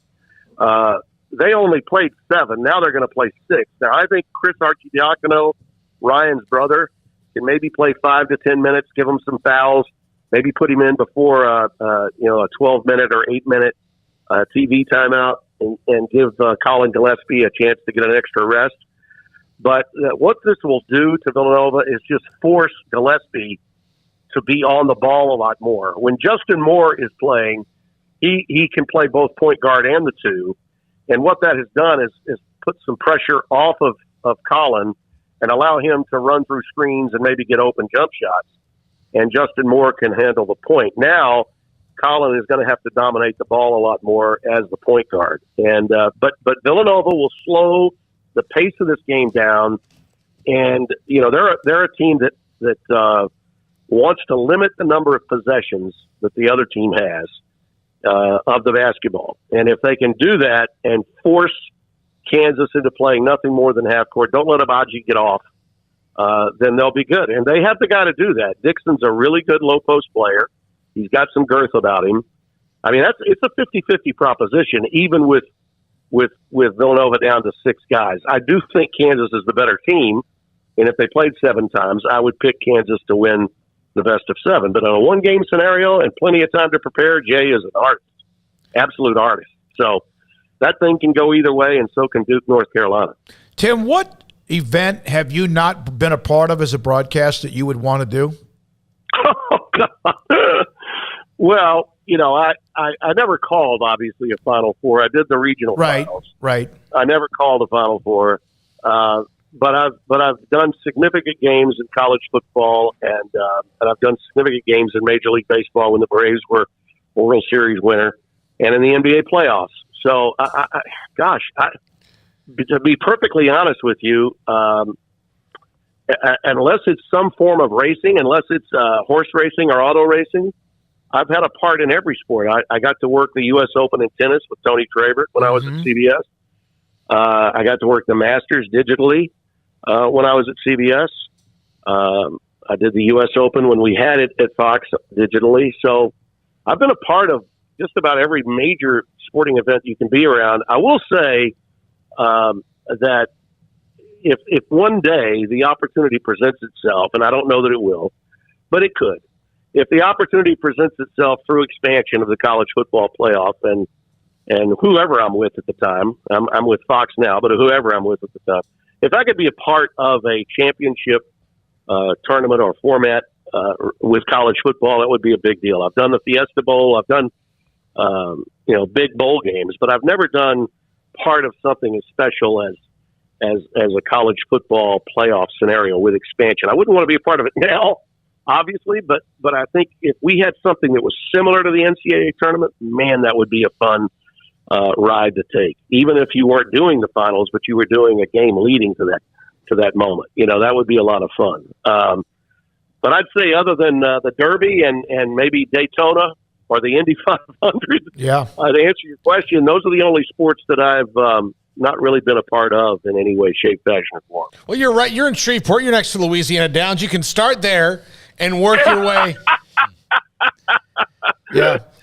Maybe some dog racing in Opelika, Alabama, right? Man, I tell you what, Louisiana Downs, when I worked in East Texas back in the day, they used to have the best. They had the best media day ever. Yeah. My goodness. The food was awesome. Oh, Lord, it was unbelievable. And the Super Derby was a big deal. Yeah. I mean, we got every major winner in the Triple Crown a couple of years, I think, to Louisiana Downs for the Super Derby. We love the way you started this segment. We had talked a little bit about how much fun the tournament was and the interest it caught of the entire country because of not just St. Peter's, but a few others as well. And so much I wish college football could find a way, but not sure they can ever get past their stubbornness, but we'll see. Well, I understand why they haven't. They're going to have to negotiate some new television contracts for each of the conferences, and once they get that done, hopefully they'll do the right thing. It's right there in front of them. They can't. I mean, these are well-intentioned guys that I know love the game. At some point, once they take care of their business, get their houses in order, hopefully we can expand this thing. I know you have to do another hit at 4:30. Tim, someone mentioned last week, and it might have been you the last time, how important, if we had the expanded playoffs, whoever it might be, to win one of those games, what it's like for those first four in to win. It carries them forever. It would be like winning a national championship. Let me tell you, for St. Peter's to get to the Elite Eight, just as it was for Valparaiso in '98 when Al McGuire and I were working, and we had them in the Sweet 16. For Valpo to be on that stage as a 13 seed back then was incredible. I remember Al McGuire saying, I asked him the question, what would it mean if a 13 seed could get to the Elite Eight? And Al looked at me and said, Timmy, it would be like a Norman Rockwell painting. It would be perfect. And I thought to myself, who the hell else would think of this other than Al McGuire? But think of it, even though St. Peter's got blown out, all right, and never had a chance from the jump against North Carolina, for that program, for the alumni of that school, and you watch, their enrollment's going to jump up. Shaheen may be leaving, but they'll get a better coach than maybe they otherwise would have because of this run they had. St. Peter's, it's like winning a national championship for them. Okay? I mean, it really is. It will be in their brochure as big as the Baylor brochure when they won it all a year ago. Mm-hmm. Think about Boise State when they beat Oklahoma. Check out how their enrollment changed, in the BCS era. Okay? It magnifies at these institutions that are smaller, that are trying to build themselves, just the mere opportunity of being included gives them a chance to go and grab the gusto. That's why America loves college athletics. And the people that are running college athletics need to know that. Thank you, sir. Appreciate it. Tim Brando with us, Fox Sports with us, and has been on our show many times, and we appreciate it every single time he is. 4:26 is the time. We'll come back and get back to the chat room. I want to come back. I want to say Mike on the text line, he had mentioned something about his father had been struggling. Great to know, Mike, that your father is in a lot better shape. Stephen Snook, who's our friend and viewer from Ohio, who drove across country one night to go get to his father because he was in the emergency room. Everything there seems to have settled down. We are a family. We want to hear and also be a support system for you as much as you are for us. This is Sikkim 365 Radio and 365 Sports. PettyClinicLowT.com. Dr. Kent Petty can help you become the high-performance man that you might have been at some point in your life. 1 out of every 3 men have symptomatic issues of low testosterone. Could be sleep issues that you just don't sleep the same. Could be your sex drive, and it also could be your energy is just not what it used to be. Maybe you have one of those 3, all of them. I don't know, but one way to find out if your testosterone level is too low. Contact Petty Clinic at PettyClinicLowT.com online. Top left-hand corner, email and phone number. Tell them I sent you, and Dr. Petty and his staff will set you up with an appointment to get your lab results, to get your blood work. He'll look at the results, check your testosterone, and if your levels are too low, he can put you in a program to help you become the high-performance man that you want to be, used to be, and need to be at pettycliniclowt.com. At Allen Samuels, come see the Wagoneer Series 2 and 3 with 2.9% for 72 months, plus $1,500 in bonus cash. For all first responders, get an extra $500. Shop this incredible vehicle that gives you performance, style, perfect for your family, and reliability your family deserves today from Allen Samuels in Waco. Come shop our huge inventory at Allen Samuels in Waco. Come by. Let's be friends. See dealer for details. All offers have credit requirements. Don Humidor, your home with a 48-foot walk-in humidor with the elite cigar brands from around the world, including the #1 cigar of the year, Aging Room Cuatro Nicaragua. Plus, they have the great brands like Macanudo and Artur Fuente, Rocky Patel, Aston, and so much more. CBD, great for sore muscles, aches and pains, sleep, Vita Dreams, and anxiety, mild depression, general health and wellness. Their staff very knowledgeable on the subject. If anyone is curious about CBD, ask Carol and Ashley. Don Humidor in the Townwest Shopping Center off Valley Mills in Waco. You know what would make this moment better? Pizza. Dough made from scratch and an Italian family sauce recipe pizza. 3 fresh signature cheeses making a melty blanket of perfection pizza. Like loads of premium toppings like crispy Old World pepperoni, savory Italian sausage, and fresh sliced veggies pizza. That's Marco's Pizza. Visit marcos.com and make any moment better. And with 4 locations in Waco, Belmead, China Spring, Woodway, and soon to open in Robinson. Marco's. Pizza lovers get it.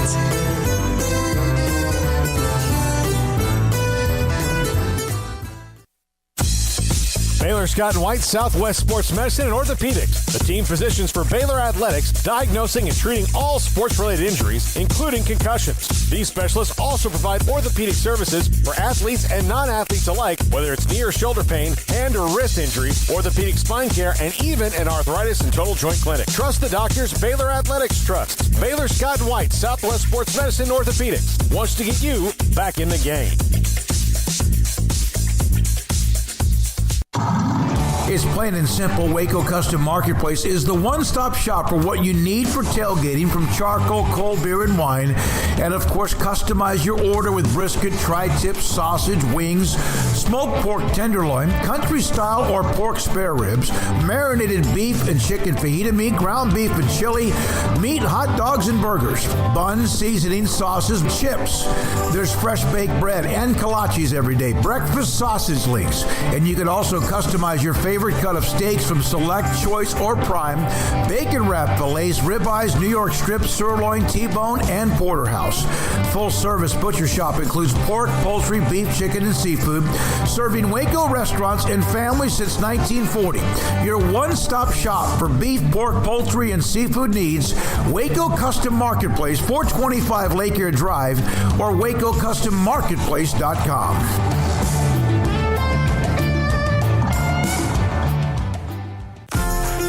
Automatic Chef Canteen is a full-service micro-market vending and office coffee provider with state-of-the-art vending equipment, a wide variety of products, and offering custom-fitted micro-market vending office coffee solutions for your employee break room.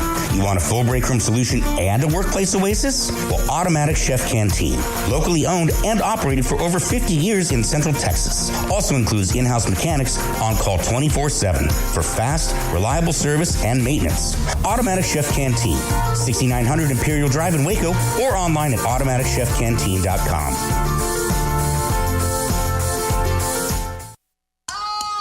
Welcome back to Sikkim 365 Radio. Holtmeyer batted and intercepted. And it's Wolcott bringing it back. Could he? Wire to wire, Sikkim Bears. How about it? The 4 o'clock hour is sponsored by Boozer's Jewelers, the wedding ring store, specializing in custom jewelry and repair, all in-house. Now, here's David Smoak, Paul Catalina, and Craig Smoak. I don't know who approved this, but Brian Etheridge, one of the partners, he is one of those who hired all of us in this room, along with Ashley and Colt, but he's apparently coming to the studio tomorrow. So who approved that? Who approved that? Of Brian? He did. Okay. He has the... yes, his name's on the lease. I think he can come. Yeah. Okay. So I think he can just do that pretty much whenever he wants to. I got a question for you. By the way, I did see a lot of the people in the chat room talking about the transfers. I just saw, TCU just had a guy going to the transfer portal, and a lot of that's going on right now. So that's definitely something we'll keep an eye on. And on that topic of basketball transfer portal news, you weren't here on Friday when LJ Cryer put out his statement on returning to he never really say he's returning to Baylor, but he was insinuated, and then Scott Drew followed it up and insinuated that LJ's coming back. But LJ in his statement did say, he announced that he is going to have surgery on both of his feet, and we'll have a rehabilitation process and all that, but he's trying to get healthy for next year. So since you weren't here, and that's obviously a pretty major storyline for Baylor basketball heading into the next season, I was curious your thoughts on that. Oh, it's good news because there has been, and I think pretty legitimate, there's 2, 3, 5, 10 people within the message boards, and really for any school, whatever sport it might be, there are some that are tied in very, very well. And I've been in touch with a couple of them who I know have a pretty good direct link to what is going on. They're huge men's basketball fans. But there was smoke that LJ was seriously looking at possibly going somewhere else. The good news is get healthy. Wherever he's going to play again, and if it's Baylor, that's good news. But I don't think, and Scott Drew retweeting that, Alvin Brooks retweeting that, John Jacobs and whoever else did, is obviously a big deal. But I still think there's still a little tug of war about who's coming back and what positions. They could end up, when you look at what they're going to have with Keontae George and what they have coming back with Flagler, and again, that's something he has to still make up his mind. And obviously LJ Cryer, what Bonner did, how much he improved, and his shot will only get better, which is one of the reasons they brought him in. Langston Love should be Langston healthy. Love is going to be healthy for the entire year. And he could have been monstrous for them. And then there's the James Akinjo piece. And it's kind of like we've had people who have said that he can frustrate you and also be your best player. Kind of like what at times you heard with Matthew Meyer in a different way. But I wonder if there's still a little bit of a tug of war about how many basketballs do you have. Nobody on staff has told me this. But there does need to be, and I think there's no question, as good as he was, as tough as he was, as sometimes he warrior-like in sports terms, and dominant, that there was a lot of lack of ball movement that we saw the year before, and they had 3 guys who are now in the NBA and somebody who's playing in the NFL. Well, I'll tell you, the biggest difference is, James Akinjo doesn't kind of play that style. Like and they needed him to this year. They needed him to force the issue quite a bit. As where, Baylor last year was, they moved the ball. They had that extra pass a little bit more than Akinjo. Akinjo, drives the paint a lot more before. He's trying to run and go faster. So it's a different style of basketball. I think they can make it all work. Clearly it was working when they were 15-0 this year and everybody was healthy and playing. So they can make it work, and it will work. I think the biggest thing that Baylor's got to answer is they're going to lose, Sohan and Brown more than likely to the NBA draft. If that doesn't happen, I'll be completely shocked if one or both of those guys came back at all. So they're going to need to address some size because it looks like they've got guard pretty well covered, and because you don't know what's going to happen with Jonathan Chamwachachua recovering from his injury. I can't imagine he plays next year at all. If he does, it's a bonus, but I cannot imagine. I can't imagine he would play early at all. So that's going to have to, if you're being at the most optimistic of a year out, that would be early February when he came back because of that injury. So that puts a lot of pressure on Flo Thamba. Flo Thamba could still leave as well. He could leave. So they've got to focus on size. I think they'll work the guard stuff out. And for LJ Cryer, you're the leading scorer when you left. Why not come back and be the leading scorer again? What if you are on staff and you have to pick between James Akinjo and LJ Cryer or something like that? LJ didn't play much, and when he did, he was really, really good. Akinjo is an All-American. He's the guy who's a point guard. Do you have a true point guard? And that's kind of one of the things that go ahead. I don't know if you guys were going to respond to that. There is some give and take. There is a little push and pull. There is a little tug of war. I was just going to say, I don't care how it gets worked out. I just find some guys that could score some points, because that was as much part of your problem as anything. You know, I mean, you can say that the defense wasn't the level of the national championship team. Well, nothing was the level of the national championship team. But, you know, if Akinjo's shots weren't dropping, and once Cryer was out of the lineup, you know, it was kind of feast or famine sometimes on who's actually going to put the ball in the bucket. I don't care how it gets done. That would be my philosophy. I don't care if it's Akinjo driving. I don't care if it's dudes shooting threes. I don't care what it is. Just find a way to score some points. And, you know, you should have, enough guys in your arsenal to be able to come up with a way to where if one guy's not on one night, there should be more than, one or two other options that you could lean on to try and get you some buckets. But yeah, I think that they've got a good problem and that there's a lot of talent on paper.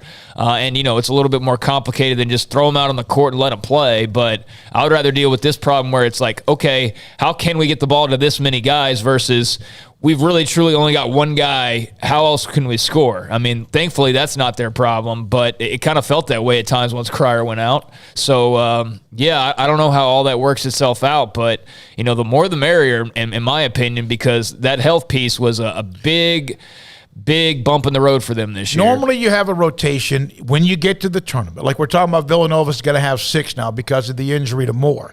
But mainly, most of the time, yes, St. Peter's would bring 5 new bodies in, and that's great when you can. And sometimes that was part of their strength, and that's how they had to do it. But usually you kind of cap it at 7 or 8 when it comes to tournament rotation. Yeah, you do. Baylor, though, last year they had off the bench Jonathan Chamwa-Chachua because Flo started, and then you'd bring sometimes Flagler came in off the bench last year. Who am I missing? Anyone else? This year they had Bonner. Myers. Matthew Myers. That's exactly right. So they had the perfect rotation and the perfect type of players, and they were almost a flawless team. This year's team played a lot where they had to bring in people that were Dale Bonner, what he did this year, and yes, his shot was not as good as you thought. He missed 17, 18 straight threes at one point. But he really grew up. You were going to have Langston Love. You didn't. And they fought against that throughout the year. They're not the only team. But, yeah, wouldn't it be nice to have 8 to 10 guys, even though somebody gets disappointed, enters the transfer portal? Okay, so what? You've got 8 or 9 others. Well, Scott Drew is already in the black and not in the red when it comes to the transfer portal. So, numbers even out eventually, so maybe it will. But I do think this about Baylor this year. The lasting memory of me will be Adam Flagler just spent. And that was not because of that game in particular. That was because of the weeks before, the extra 4 or 5 minutes you're playing banged up and doing this because the team's out of options and you had to dig deep. Everybody only has so much mileage in their car every year. And Baylor against North Carolina kind of hit their peak mileage right there late. And so if they can throw 8 guys in the rotation and not if they can do the plan, which is have kind of 9 guys through the season, and then you get in the tournament and the 9th guy plays 2 minutes and the other 8 are the rotation, then that's probably the ideal thing because that's what they did last year. Yeah, I don't even care how many of the guys they have. Just have some more than one scoring option, or more than 2 scoring options. It's like, Flagler's hurt. We have no one to score points basically, other than James Akinjo trying to. That was frustrating. But a couple of portal notes. Francisco Farabello, guard from TCU's entered the transfer portal, averaged less than 5 points per game last year. And then Sean McNeil from West Virginia entering the transfer portal was pretty interesting and a little more eyebrow raising certainly than Farabello. But Sean McNeil from West Virginia also now in the transfer portal. And another note that you missed out on Friday was the Terrence Shannon news. Entering the transfer portal right after they lost at Duke. And as I scoured around on social media and just looking at Tech fans and kind of their responses to it, I don't follow that program on a day-to-day basis as closely as obviously Red Raider fans would. So it was a little bit I don't know if I guess it was somewhat surprising and just a little bit more illuminating that so many already felt like he was, kind of inching that direction. Just me casually following along, I just watching them win games and hey, Terrence Shannon's a good player and, whatever. But I guess they had a feeling up there for a little while that this would be a possibility. I don't know if they were predicting that, hours after, losing their final game, he'd just jump right in like it was something he had been thinking about. I don't know if it was that clear, but not as much of a shock maybe as it was to me when I just first saw that news. But very interested to see where he goes, and I know that they the Tech fans that I saw wish him well, but also feel like they could be better without him because maybe it wasn't such a great fit throughout the year, especially there for him towards the end and kind of his body language and all of that. And Andre Curbelo, Illinois, entered the transfer portal, a very talented player, but one of the things you see, and I think it's a talk show, we can bring this up. You see someone, my God, he's talented. Another one goes, yeah, but I don't know if you want him. Again, a lot of it's a fit, a cultural fit. And sometimes guys can change when they go to where they go. Here's what you need to do. You need to trust your coaches. If you have a good coach, usually they pick out the guys that are cultural fit. And I actually think just knowing, because we know this coaching staff here at Baylor better, what Scott Drew's been able to do is lately the guys they get fit the culture, and he has the ability to not have to take a guy and hope to wedge him in, and that he takes the culture. It's pretty much you're here and you like the way that we do things from the jump. And that's what you're able to do for being in a place for 19, 20 years and winning a title. Some places have to take chances on guys and hope they can fit the culture. Yeah, I mean, you're not going to be a player who comes in and changes the culture towards you at Baylor. Yeah. You're going to either fit in or you're going to be out. I mean, that's pretty simple. That's the way that program operates now. So that's the way they all should be the coach's way and not about the star player. But, yeah, the transfer portal is going to be really fun to watch. And, apparently there's already some women who have already entered the transfer portal as well. That's ongoing. And so we'll, just be keeping track of that just like with football, every day, I guess, for the time being, because it's, news constantly as far as this thing goes. I got a text on Friday when I was taking the afternoon off to play a round of golf from somebody that covers Louisiana Tech and was asking me about Alvin Brooks III, who's part of Scott Drew's staff. I sent him a text. He said, I'm very thrilled and happy to be a part of the winning culture at Baylor. So that was out. That was something that was kind of out there. New Mexico State, La Tech. La Tech, according to Austin Massey, covers Texas Tech. We've had him on a couple of times. Talvin Hester, assistant coach at Tech, expected to be named the new head coach at Louisiana Tech. And Mark Adams, of course, now will fill that spot and have many options to do it. And then this story that was on Saturday, Memphis men's basketball facing multiple NCAA violations, and a lot of them surrounding the head coach in Penny Hardaway. And, of course, they made a pretty good run this year. He was the only person named in the notice of allegations, according to the report, involved in at least one Level 1 violation, 2 Level 2 violations, and also failed, according to the NCAA, to demonstrate that he promoted an atmosphere of compliance within the men's basketball program. Now, here's the catch. It was about James Wiseman, who's now in the NBA. He was the number 1 recruit who committed to play for Hardaway in Memphis during the 2019-2020 season, suspended 12 games in November 2019 for 2 violations. His mother accepted $11,500 from Hardaway in the summer of 2017. Wiseman played in 3 games while ineligible as well. Memphis appealed the ruling, but this is Penny Hardaway, who gave a young man money in 17 gave his mother money, and then became the coach in 8-19. Yeah, I mean, there was a lot of scuttlebutt around Memphis hiring Penny Hardaway for a long time. Yep. So, I mean, they can accuse him of playing the long game, but I don't think the NCAA has the investigative chops to be able to prove that Penny Hardaway gave James Wiseman's mother knowing he was going to be the head coach at Memphis 2 years later. Now, maybe it could have been implied. But here's the deal. Penny Hardaway, Team Penny, a grassroots program, donated $1 million to Memphis in 2008 to build a sports hall of fame, which then makes him a booster of Memphis. Okay, yeah. So there's a catch there. Now, I don't know how this works out. So we've seen some schools around a lot of we saw what happened to Will Wade at LSU. We saw what happened to Miller at Arizona. He's already been hired. And there's still a couple of schools that have been in Louisville's had some of there's still some schools. And right now are on their beautiful run that Kansas is on. But they have been. Kansas has been linked to the Adidas situation. And you wonder, while the tournament is going on, if that will wait, and even if anything comes out of it at all. But that's something to watch as well. Yeah, I mean, you just never know with these NCAA cases, and I saw a Memphis story, a reporter was talking about there's a lot more to this, just in terms of even the investigation itself was a little wonky, like some of the investigators and kind of how they operated apparently wasn't status quo, and it was a little strange. So you can read more about that just in terms of like one of the main investigators. But I mean, they combed through thousands and thousands of pages of stuff, and I'm sure phone records and all that jazz.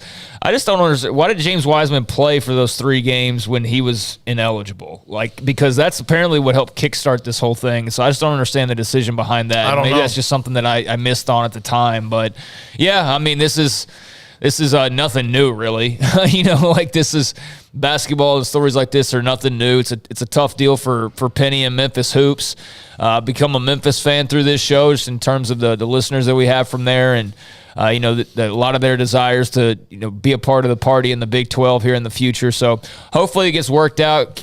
Penny's definitely not been just that star name that you hire and everything goes well like you dreamed of. It's been rather rocky, probably more rocky than anything so far in his tenure. But I'm sure we'll love to hear the results of this in about 5 years when the NCAA finally gets around to. And Penny will be coaching in the NBA. Yeah, exactly. That's kind of my main thoughts on it. Is he won't be there by the time this punishment comes down, and who knows where Memphis is at that point in time. And you have a lot now. The NCAA, when they have this not oversight committee, Dr. Livingstone, Baylor, and others are on it about what do you do now about previous issues when none of those people are around.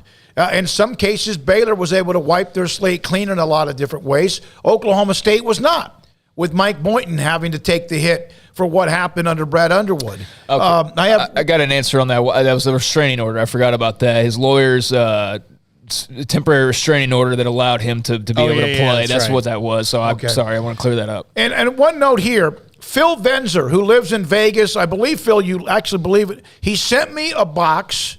We have the most amazing viewers and listeners about things you've sent us, some things candy or some things gifts or whatever. We have some in the studio. Phil Venzer's the one that sent me a box, brought this up. The Spy in the Sky. Remember that? And he just 21 more days of work left in the year, then a long vacation. Phil, that drives me nuts that you get a kind of a break.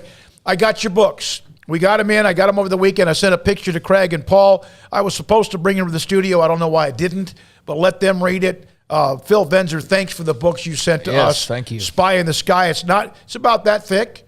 Looks like it'll be very, very interesting to read as well.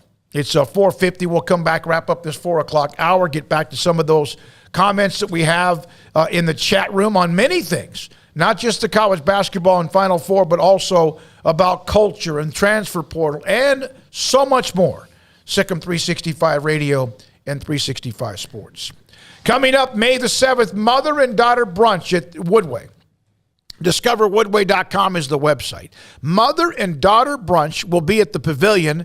It's the Carling Bright Arboretum. The Pavilion as well, same facility. It's a gorgeous place to host various events, including this one. Sweet as can be, BEE, Mother and Daughter Brunch, May 7th, again at the Pavilion at the Arboretum in Woodway. Mother-daughter brunch will be May the 7th, 11 o'clock until 1:30. Get online, discoverwoodway.com for you to order the tickets. The father-daughter dance was an incredible success, sold out, and they even had a waiting list for others who wanted to get in. Also, the city of Woodway, with what they have, 7 hotels if you visit Waco and you need one. I saw a thread on Sikkim365.com in the premium section about football games. Those who are Baylor fans coming in to watch Baylor play at home this fall. Well, you could also be fans of those teams coming in, and maybe the hotels at times gets a little crowded because of what's happening as well with Magnolia in various events, with Waco constantly hosting something left and right. So don't forget they have 7 hotels. The city of Woodway, trails, hikes, parks, all of that. They have a lot right there. It's a beautiful place, including the hotels and the Carling Bright Arboretum for special events. Go to discoverwoodway.com. With so many companies and policies out there, it gets so confusing shopping for insurance, and I never know if I'm getting the policy that's right for me. Luckily, I met the team at the Niche Group Insurance Agency. With the Niche Group, you can go to one company and get access to coverage options from many insurance carriers, and you get to speak to a real person about your specific coverage needs. With the Niche Group, I know I'm getting the right coverage at the right price. If you need insurance, talk to the experts at the Niche Group at 1-800-258-8302. Do you or your kids get nervous about going to the dentist? Stonewood Dental, Dr. Steve Childress, he can help. I've spent a career taking care of patients who as children had bad experiences, and now they're adults that hate going to the dentist. If I get a kid at 3 years old and they come every 6 months and it's a happy experience, it's normal for them. Now they have an accident at 6 or 7 or 8 at school. Now they have a broken tooth or a trauma, and they have to come here. They're used to lights, they're used to water in their mouth, they're used to experience, they already trust us. It's amazing what we can do with that kid without it being a negative thing. But if I see a 6 or 7 or 8 year old that's never been to the dentist, and now they have a trauma or an unfortunate unexpected toothache, it's harder to do that for that kid and it not be somewhat of a negative experience. So bottom line is I try to teach kids and adults and teenagers and everybody the way I'd want my family treated, which is where it's a necessary part of life. You just take care of it. It doesn't have to be that big a deal. Learn more, stonewood-dental.com. One size fits all. That may be all right for an adjustable belt or cheap sunglasses, but when it comes to your financial needs, no one wants a one-size-fits-all strategy. Cam Heathcott, your Edward Jones financial advisor, knows that his most important goals are yours. That's why he takes the time to understand your needs, knowing you. That's how Edward Jones makes sense of investing. Cam Heathcott, covering Conroe and Houston, 936-756-7717 or cam.heathcott@edwardjones.com. Edward Jones, member SIPC. Let Camille Johnson Realtors guide you seamlessly through the process of buying your dream home or selling your current one. Commercial, farm and ranch, or residential, Camille Johnson Realtors can smoothly and successfully lead you through any transaction. With a team of 28 experienced agents who are excited about serving you, Camille Johnson Realtors services the entire greater Waco area. If you're in the market to buy or sell, contact Camille Johnson Realtors, 104 Midway Center in Woodway, or find them online at www.camillejohnson.com. Camille Johnson Realtors, elegant, charming, warm. Welcome home. Brad Boozer, Boozer's Jeweler, joins us on Sikkim 365 Radio. Boozer's Jewelers on the corner of Valley Mills and Lake Air Drive. It's a staple of the Waco economy. And you're about to approach this time of the year where you have the holidays, special gifts. It's not that you don't have that every single day. What are some of the things you have coming up? You know, we kind of call ourselves the wedding ring store. We do all of our own custom work in-house. I've got 2 expert jewelers on staff every day. We can make anything from scratch. We kind of pride ourselves, probably 9 out of 10 every engagement ring we do is actually made custom to what the customer wants. People look at that, oh my God, I can't afford it. I can't afford something like that. You've shown me examples that you could fit pretty much any budget. It doesn't cost any more to custom make something. You still have gold, you still have diamonds, and you still have labor. Best thing about a custom piece is if you have any old jewelry or heirloom jewelry or something passed down from a grandma or somebody, we can take that jewelry and use it towards your wedding ring for the sentimental value, and then you've got the product, and then it's just a little bit of labor and a little bit of design on your part of what you actually want. You want to know why they're successful? Brad Boozer, the owner of Boozer's Jewelers on the corner of Valley Mills and Lake Air in Waco. Welcome back to Sikkim 365 Radio. The Sikkim 365 Radio app is sponsored by Alan Samuels Dodge Chrysler Jeep Ram Fiat in Waco. Your friend in the car business at Loop 340 and east of 84. Come by. Let's be friends. 254-339-1122. The text line, the chat room is rolling along.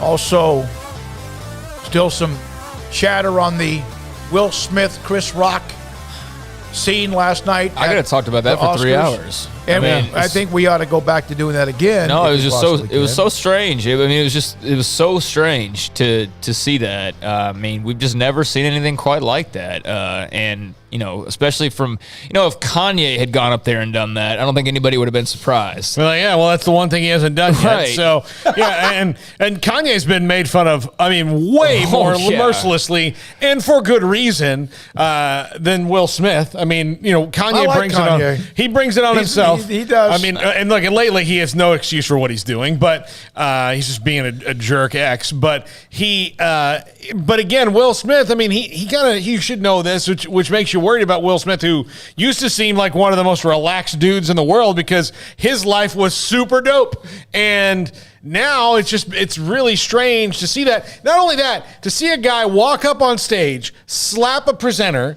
and then 20 minutes later win Best Actor, and then kind of have to be like, and have to somehow address it. And I mean, that's why I kept watching afterwards. Never like, he's once going to did win. he apologize to Chris Rock. Not publicly, but no. My sister was texting because I alerted her to it because I figured she was probably watching. She wasn't, but she definitely was watching, like probably everybody else after that. Because I guarantee, I don't know how they track it these days, but I guarantee there was at least 1 million new viewers in like that 5-minute period because of that simply alone. But yeah, just very, very strange situation. And she said, yeah, but listen to his speech because I didn't keep watching it. Like I saw that, and then I just saw it on Twitter, and then I went about my business. But I went and checked out his speech after she said, and it was interesting. Part of it felt like an apology, and he obviously was working through a lot of things in his head and trying to navigate the situation, which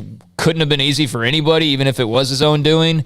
Just really weird to suddenly have that spotlight on you after the moment. But yeah, I mean, like, it kind of made me understand sort of kind of a little bit better that he's going through, but it didn't make me go, oh, well, I totally get why he went up and slapped Chris Rock. Like, no, it didn't make me think that at all. Sorry. No, the thing is, Will Smith is his third time being nominated for Best Actor, and he probably should have won for Ali, in my opinion. He was so good in that movie. And Pursuit of Happiness, he was nominated for that, but I'm kind of on the fence about that whole thing. But I'm not a big fan of that movie. Yeah, I mean, it was kind of sappy. But this one, he was really good in the movie. I mean, however historically bent they made the Williams story to make it work as a film, but he was good in the movie, but so it was his time to finally win it, and then your moment as an actor. I mean, this is the one thing that most of them wait for is that, like, hey, you're the best of all the crap that's been thrown out this year. You're the best of all that. You've done it. You're the best. You beat Benedict Cumberbatch and Andrew Garfield and these guys who did,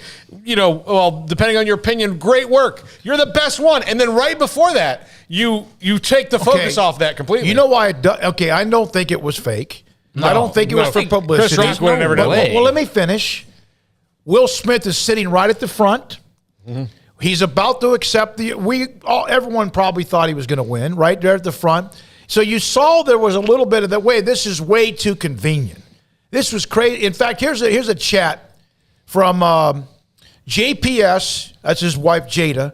Has drug him into an abyss he will not return from. And you mentioned that earlier. Yeah. He looks sad. His face looks different. He looks sad to me. I mean, and again, I don't want to do this whole Hollywood, psychologist thing, but I mean, that does not look like the Will Smith that I feel like I know, from just like everybody else feels like they know Will Smith from watching him on Fresh Prince and Independence Day and I Am Legend and every other thing, iRobot, every other thing that he's been in, Ali. That seemed like a really sad,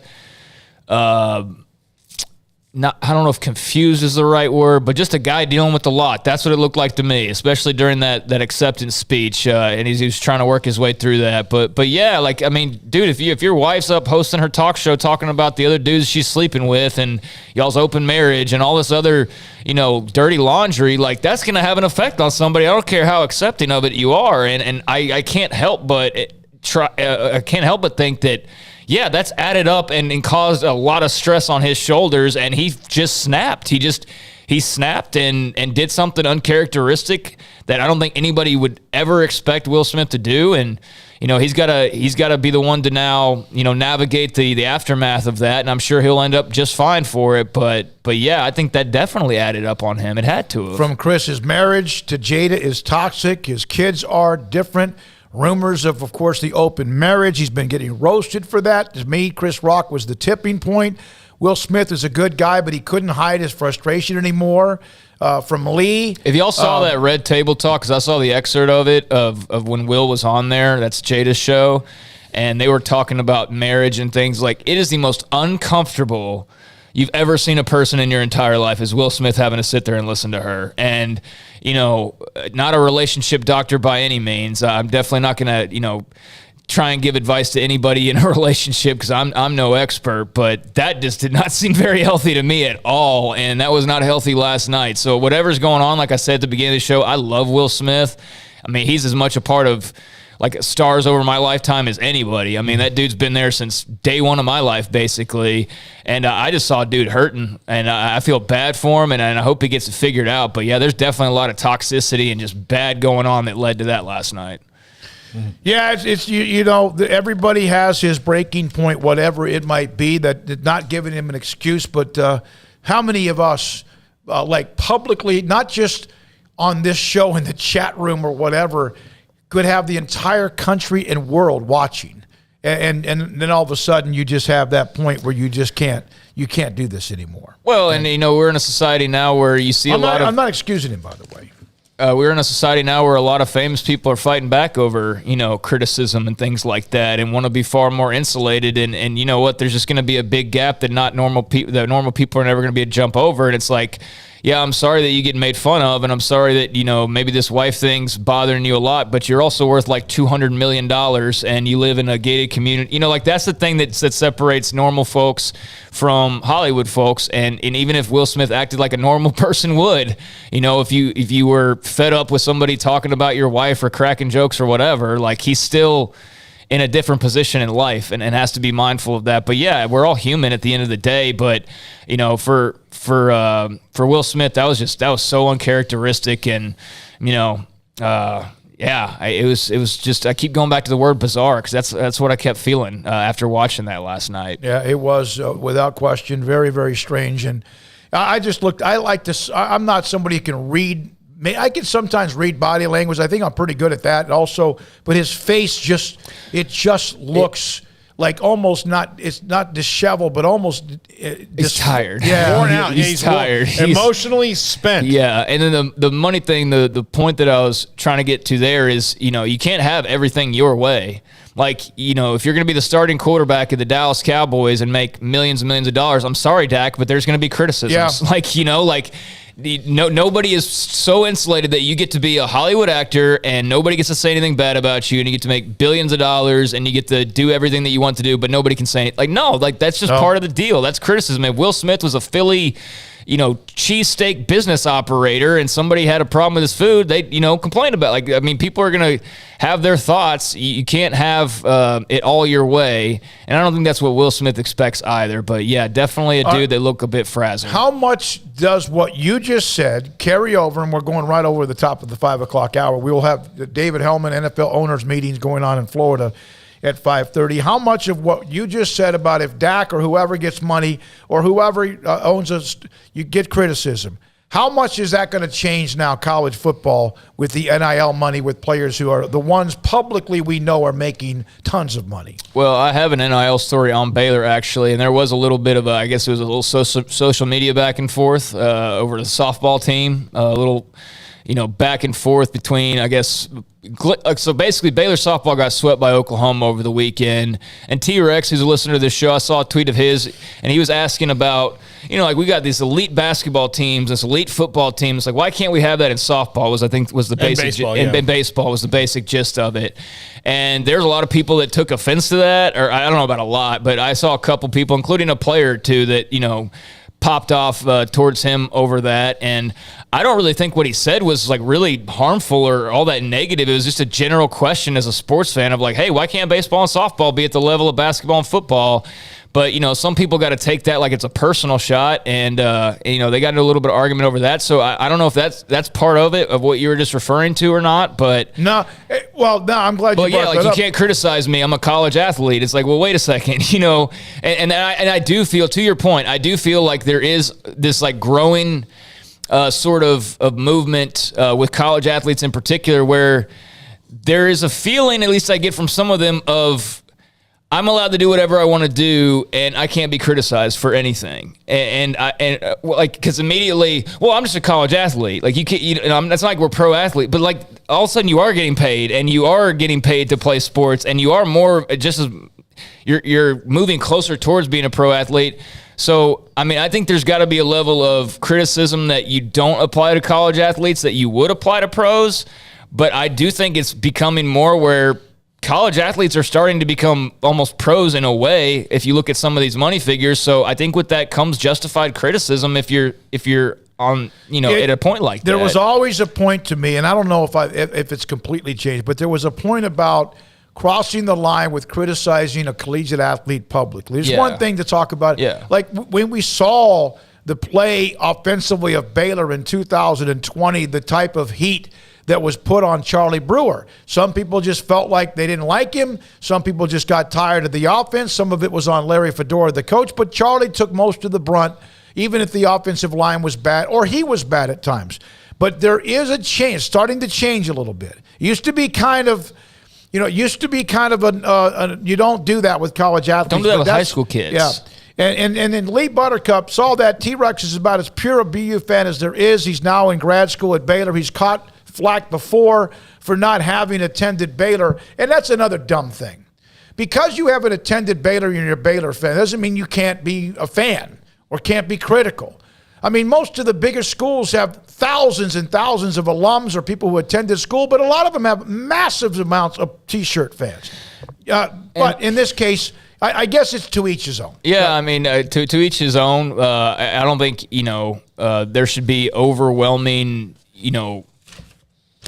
venomous criticism towards, particularly high school players and college players. You kind of avoid that as well. And in the pros, it's just a free game. But yeah, Charlie Brewer got treated as badly as any bad quarterback's been treated in the NFL over the last 10 years, the way some fans went after him. So yeah, that's just part of the deal. It's part of the trade-off. And, I guess to each their own on how they handle all of that. I did want to mention the NIL thing. Baylor did announce that they've established a group licensing agreement for student athletes with the Brander Group, creating a pathway for student athletes to profit off name, image, likeness, co-branding with the school's official trademarks and logos. So Baylor joining up with the Brander Group, who's already got a bunch of clients, but that was official just a little while ago. Well, Mac Rhodes will join us tomorrow. Maybe we'll get more information from him on that. That'll be good. And you know what? He kind of mentioned there was something else coming. And you know what? To T-Rex's point, like, I don't know how people feel about leveling criticism at sports who aren't completely funded and do have partial scholarships and things like that. I think it is different if you're criticizing a softball or a baseball versus a football who's got everything at their disposal, or even a basketball. But I mean, it was a valid question. Like, if you look at the way the seasons have started, Baylor baseball's a shade above 500, but quite frankly, they should have won their TCU series. They should have won their Oklahoma series.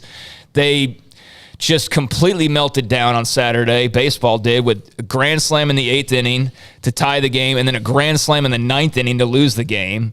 Then they come and they win, like 16-8 yesterday, so they should have won that series.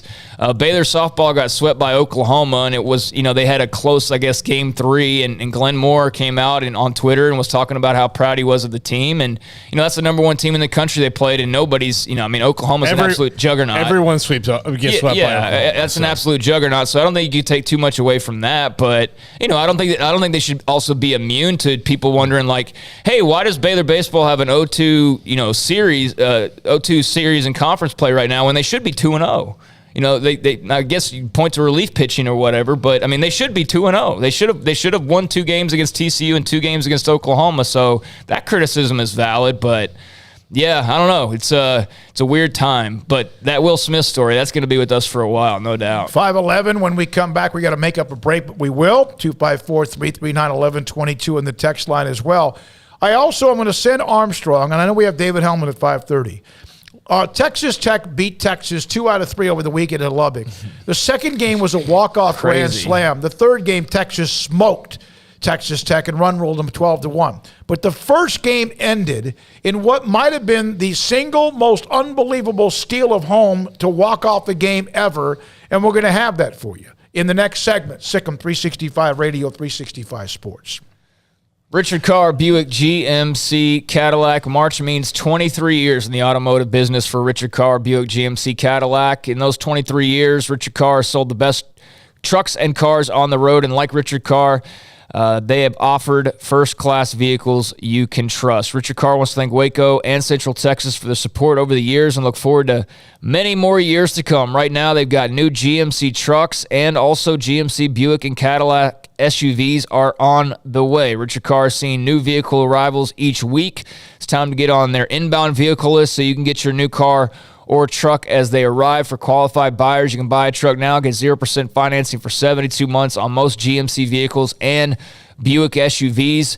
And with summer vacation season approaching, remember that Richard Carr has 11 SUV models to choose from with dozens of trim options. They're a one-stop shop to find that perfect SUV for your needs as you and the fam or the girlfriend or the boyfriend, husband, wife, take that trip to the beach or to the mountains or wherever you're going. You want to be in a safe and reliable vehicle. So head on over to Richard Carr and check out all of their options and their one-stop shop. You can call now, come by now, or go online to find that perfect ride or SUV for your family this summer. They're also loaded with premium pre-owned cars and trucks. They've all undergone a 172-point inspection. They have over 10 lenders who will do what it takes to get you in a car today. It's anniversary month at Richard Carr. Trust the good local people you can count on for 23 years in Central Texas. Proud Wacoans, proud Baylor Bears.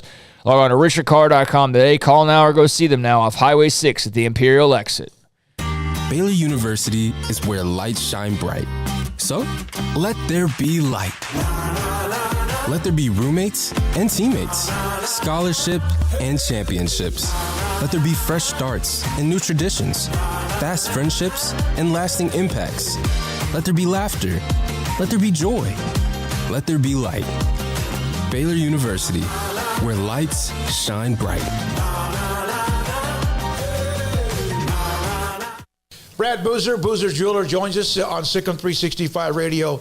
I've seen people walk in there. First of all, you have so much to show, whether necklaces, bracelets, rings. You have the watches. You have numerous great watches as well. You really have pretty much everything, don't you, when it comes to jewelry? That's correct. Kind of a one-stop shop and all. And the fact that we have the 2 jewelers on staff, the repairs we can do, the fixing of your jewelry, and the remaking of any jewelry has really set us apart from anybody else. You want to know why they're successful? Brad Boozer, the owner of Boozer's Jewelers on the corner of Valley Mills and Lake Air in Waco.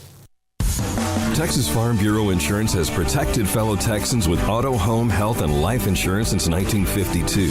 With more than 260,000 square miles of land and 27 million people, that's a lot to cover. Whether you're wrangling cattle or wrangling kids, we're proud to protect Texans in all Texan ways of life. Stop by and see our agents at one of our 3 McLennan County locations. Coverage and discounts are subject to qualifications and policy terms and may vary by situation. Did you know that 1 out of every 4 men have symptomatic low levels of testosterone and don't even know it? And if you think you're too young to worry about it, guess again. Low T levels can make you feel tired and grumpy, cause weight gain, and wreak havoc on your sexual desire and performance. Petty Clinic Low T can set up same-day blood screening and results, so if you're tired of being tired, I challenge you to man up and Google search Low T Waco or go online pettycliniclowt.com. It's a private clinic with an atmosphere catering to men. Affordable, only $150 a month, includes lab work, office consultation, testosterone injections, follow-up visits compared to $395 a month in Dallas or Austin, and you don't have to fight the traffic. Petty Clinic Low T is board-certified physician consultations, will provide the best form of brand strength testosterone available. Contact Petty Clinic Low T today, just off Highway 84 and Old Hewitt Drive in Woodway. Petty Clinic Low T, helping men become the high performance men they deserve to be. PettyClinicLowT.com or Google search Low T Waco. How did Edward Jones become one of the biggest financial service companies in the world? By not acting that way. Financial strategies, one-on-one advice, it's a big difference. And that's why Brad Wilson, your Edward Jones financial advisor, makes sense of investing. Experience the difference for yourself. Brad Wilson, 250 Sharon Drive in Woodway, 254-776-4337. Edward Jones, member SIPC. There are 26 letters in the alphabet, over 600,000 words in the dictionary, and just 3 of them said together can change everything. Let's order pizza. Those 3 words lead to dough made from scratch and 3 fresh signature cheeses that blanket golden crust in a heavenly melt on Marco's Pizza that'll blow your mind. So visit marcos.com to order and stop by Marco's Pizza in Belmead, China Spring, Woodway, and soon to open in Robinson. Marco's. Pizza lovers get it.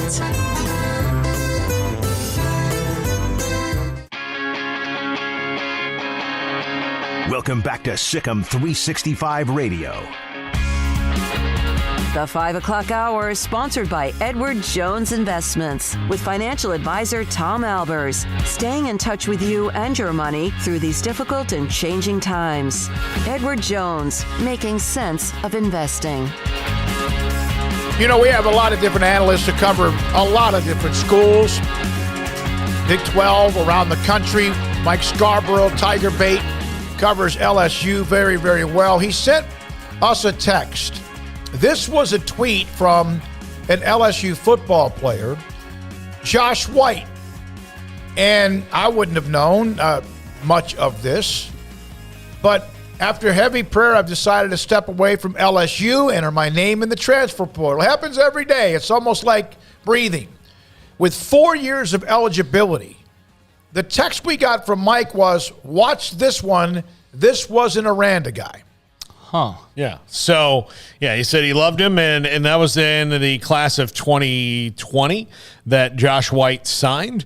So he's had some injuries. I looked up and read about him. He hasn't, he hasn't gotten as much playing time, and now Brian Kelly's there, and they've got transfers coming in and linebacker. So the room's a little loaded. So he's entered his name in the transfer portal, and 2020 would have been, when Dave Aranda was recruiting him for LSU. So, yeah, I mean, and if you're going to come play linebacker somewhere, playing for Dave Aranda, you can do a way, way worse. So, well, 2020 was Aranda's first year, so that overlapped a little bit. When Aranda was first at Baylor, Josh White played in 10 games, did not play last year. So he's got, I believe, 4 years of eligibility left.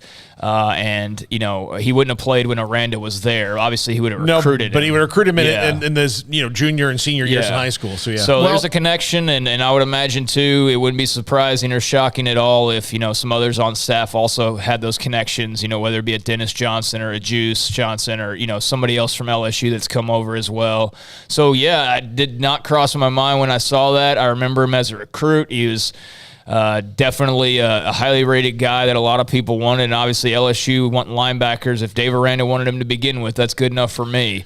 And that's definitely an interesting note. And they at linebacker, they've got they've got some guys, but they could certainly use somebody else in that room as well. If they can bring in a player like Josh White, if he's what they thought he could be as a recruit, then that would be a great pickup. Well, and let me tell you what, he's the Touchdown Club of Houston 2019 Defensive Player of the Year. Yeah. Do you realize how damn good you have to be to even be thought of by the Touchdown Club of Houston? He went to Cypress Creek High School, by the way. Well, the other thing, they've got guys who are seniors in that room. It'll be moving on. Dylan Doyle will be gone after this year, so there's room for him to play and then play more later on. And what what Matt Rule did with the defense with Phil Snow and what Dave Aranda did as far as depth goes, where they're running guys in and out. I mean, so there's not there's a true top 11, I guess, but really you're looking at Baylor on defense as the top 15, 16 guys because they rotate in a lot of guys. I mean, I think they're of the mind the best are going to play. And if Josh White were to come in, again, he just entered the transfer portal, but I'm sure they would find room for him, and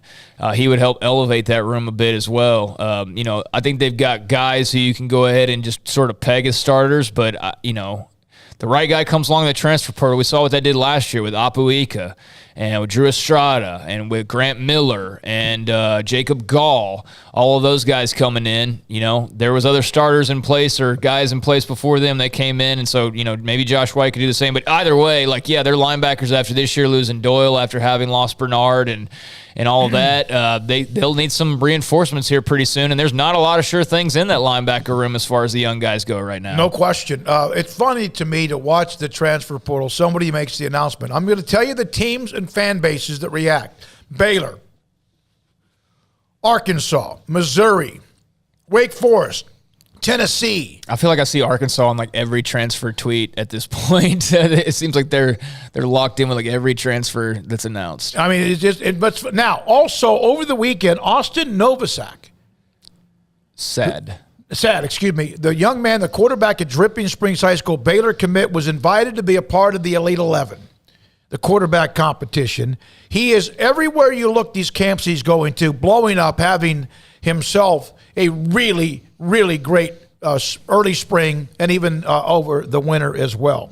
Yeah, Elite 11's cool. I mean, it's good to have a guy rather than not have a guy, and Baylor's had a pretty good run of it. They've had several players over the last handful of recruiting classes that have been Elite 11-ish type of guys. So that's not anything really new, so to speak, but they've been doing it now with regularity, which is great to see. And yeah, he's moving up the charts and was a 3-star, I think, when he committed. And I think that maybe he's been bumped up to a 4 by some services. I don't keep track that closely on the various changes that happen. But yeah, he's definitely turned some heads, and camp season's just kind of getting underway, so he'll have a lot more opportunities. But certainly being on that stage, the Elite 11, he'll have a tremendous opportunity to bump his stock. And I don't know how much that matters, just so long as he stays committed to Baylor. That's really what you care about, whether he's a 2, 3, or 4-star. But if he could get bumped up to a strong 4-star, and that could potentially appeal to some running back and wide receiver recruits, that would be great. So yeah, good to see him doing his thing. All right, we just got a call from Jerome Tang, Kansas State men's basketball coach. David Hellman's expected next. Paul, do you want to check to see if he's available? Coach Tang? Yeah. Let's take a break right here. Let's take a break. We'll do that. Also, here's the ending of game 1 of the best of 3 between Texas Tech and UT. UT, again, 12-1 winners yesterday. Grand Slam walk-off Saturday night for Tech. But I've never seen a base stolen at home like this with just here it is. Left to right. He steals the bag. Wow. He steals home. Kurt Wilson, while Nixon was on the mound looking down, has stolen home to win the ball game. Nixon never looked up and never even delivered the ball to Ardwan at home. The part to me that's impressive was, one, that's as much of a stealing of home you could ever possible. The right-handed pitcher, that's almost impossible to do. But the announcers did a great job. Now, one of them was one of the guys that got hammered, during football season for Brian Jensen and John, I think it is. I thought their reaction was great. We see a lot of now almost overzealous yelling and screaming. That was an incredible by Wilson. It was incredible. Yeah, well, and then he's the one that hit the grand slam the next day. Yeah. So what a weekend. And again, the Big 12 loaded up in baseball, as you could imagine. Pitcher will never do that again. When we come back, we're going to see what we can do on trying to see with Jerome Tang, either available now or David Hellman. One of the two. We'll have them. Maybe both. Sikkim 365 Radio and 365 Sports. Alan Samuels, Dodge Chrysler Jeep Ram Fiat, Loop 340 east of 84 in Waco. And yet, drove by there. A lot of construction right now. Of course, there's a lot of construction everywhere in Waco. But the dealership, the lot, very full. And, of course, that's one of the problems with some of the dealerships around the country. Right now, the championship drive, as you get to the Final Four weekend, continues right now as well. Performance, power, reliability, the 2022 Ram 1500 Lone Star Quad Cab. Total values up to $8,500 or get $3,000 in bonus cash.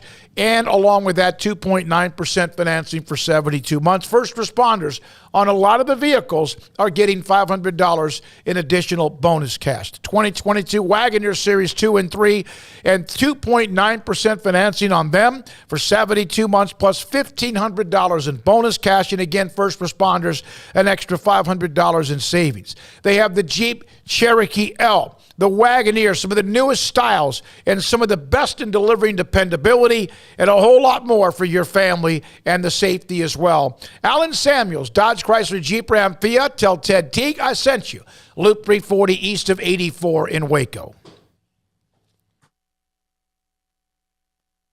Ram Truck Month is here, and it's all about the championship drive as our hometown teams march towards another exciting championship drive. And so can you in your new vehicle from Alan Samuels Chrysler Dodge Jeep Ram in Waco. Shop for power, performance, and reliability with the brands that bring you what you want to drive. Come in today and see our selection of new 2022 trucks, SUVs, and cars. It's time to take home the trophy from Alan Samuels in Waco. Shop the huge inventory of new car and truck inventory in stock today. Come by. Let's be friends. See dealer for details. All offers have credit requirements. It takes time to reach goals. It's a truth that applies to more than sports. It goes for your financial goals as well. You work hard for your money, and you deserve an investment strategy that lines up with your game plan. And Tom Albers, your Edward Jones financial advisor, can help. If your financial investments aren't putting forth the effort you desire, stop by today for a financial review. Tom Albers, 4301 Lakeshore Drive, 254-776-7605. Edward Jones, member SIPC.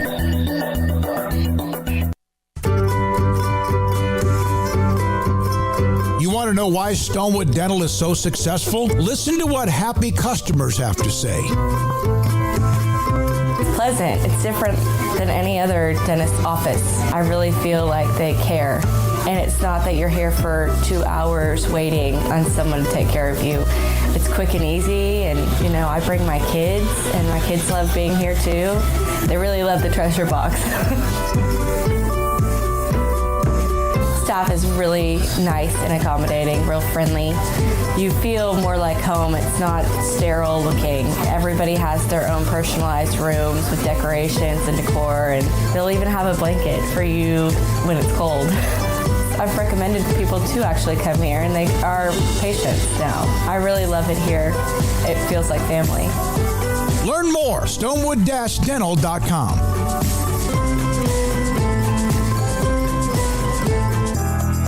Riverbend Liquor and Wine, Lakeshore Drive at North 19th Street in Waco is a hidden gem. They've got a great selection of spirits, wine, and the most extensive selection of craft beer in Waco in their gorgeous walk-in fridge. And they have an amazing array of high-end bourbons like Pinhook, Weller, Buffalo Trace, Brush Creek, Hotel, Garrison Brothers, Thomas S. Moore, Hooten Young, and Bardstown. Great customer service and a convenient and speedy drive-through window. Riverbend Liquor and Wine. Find out more on Facebook and Instagram.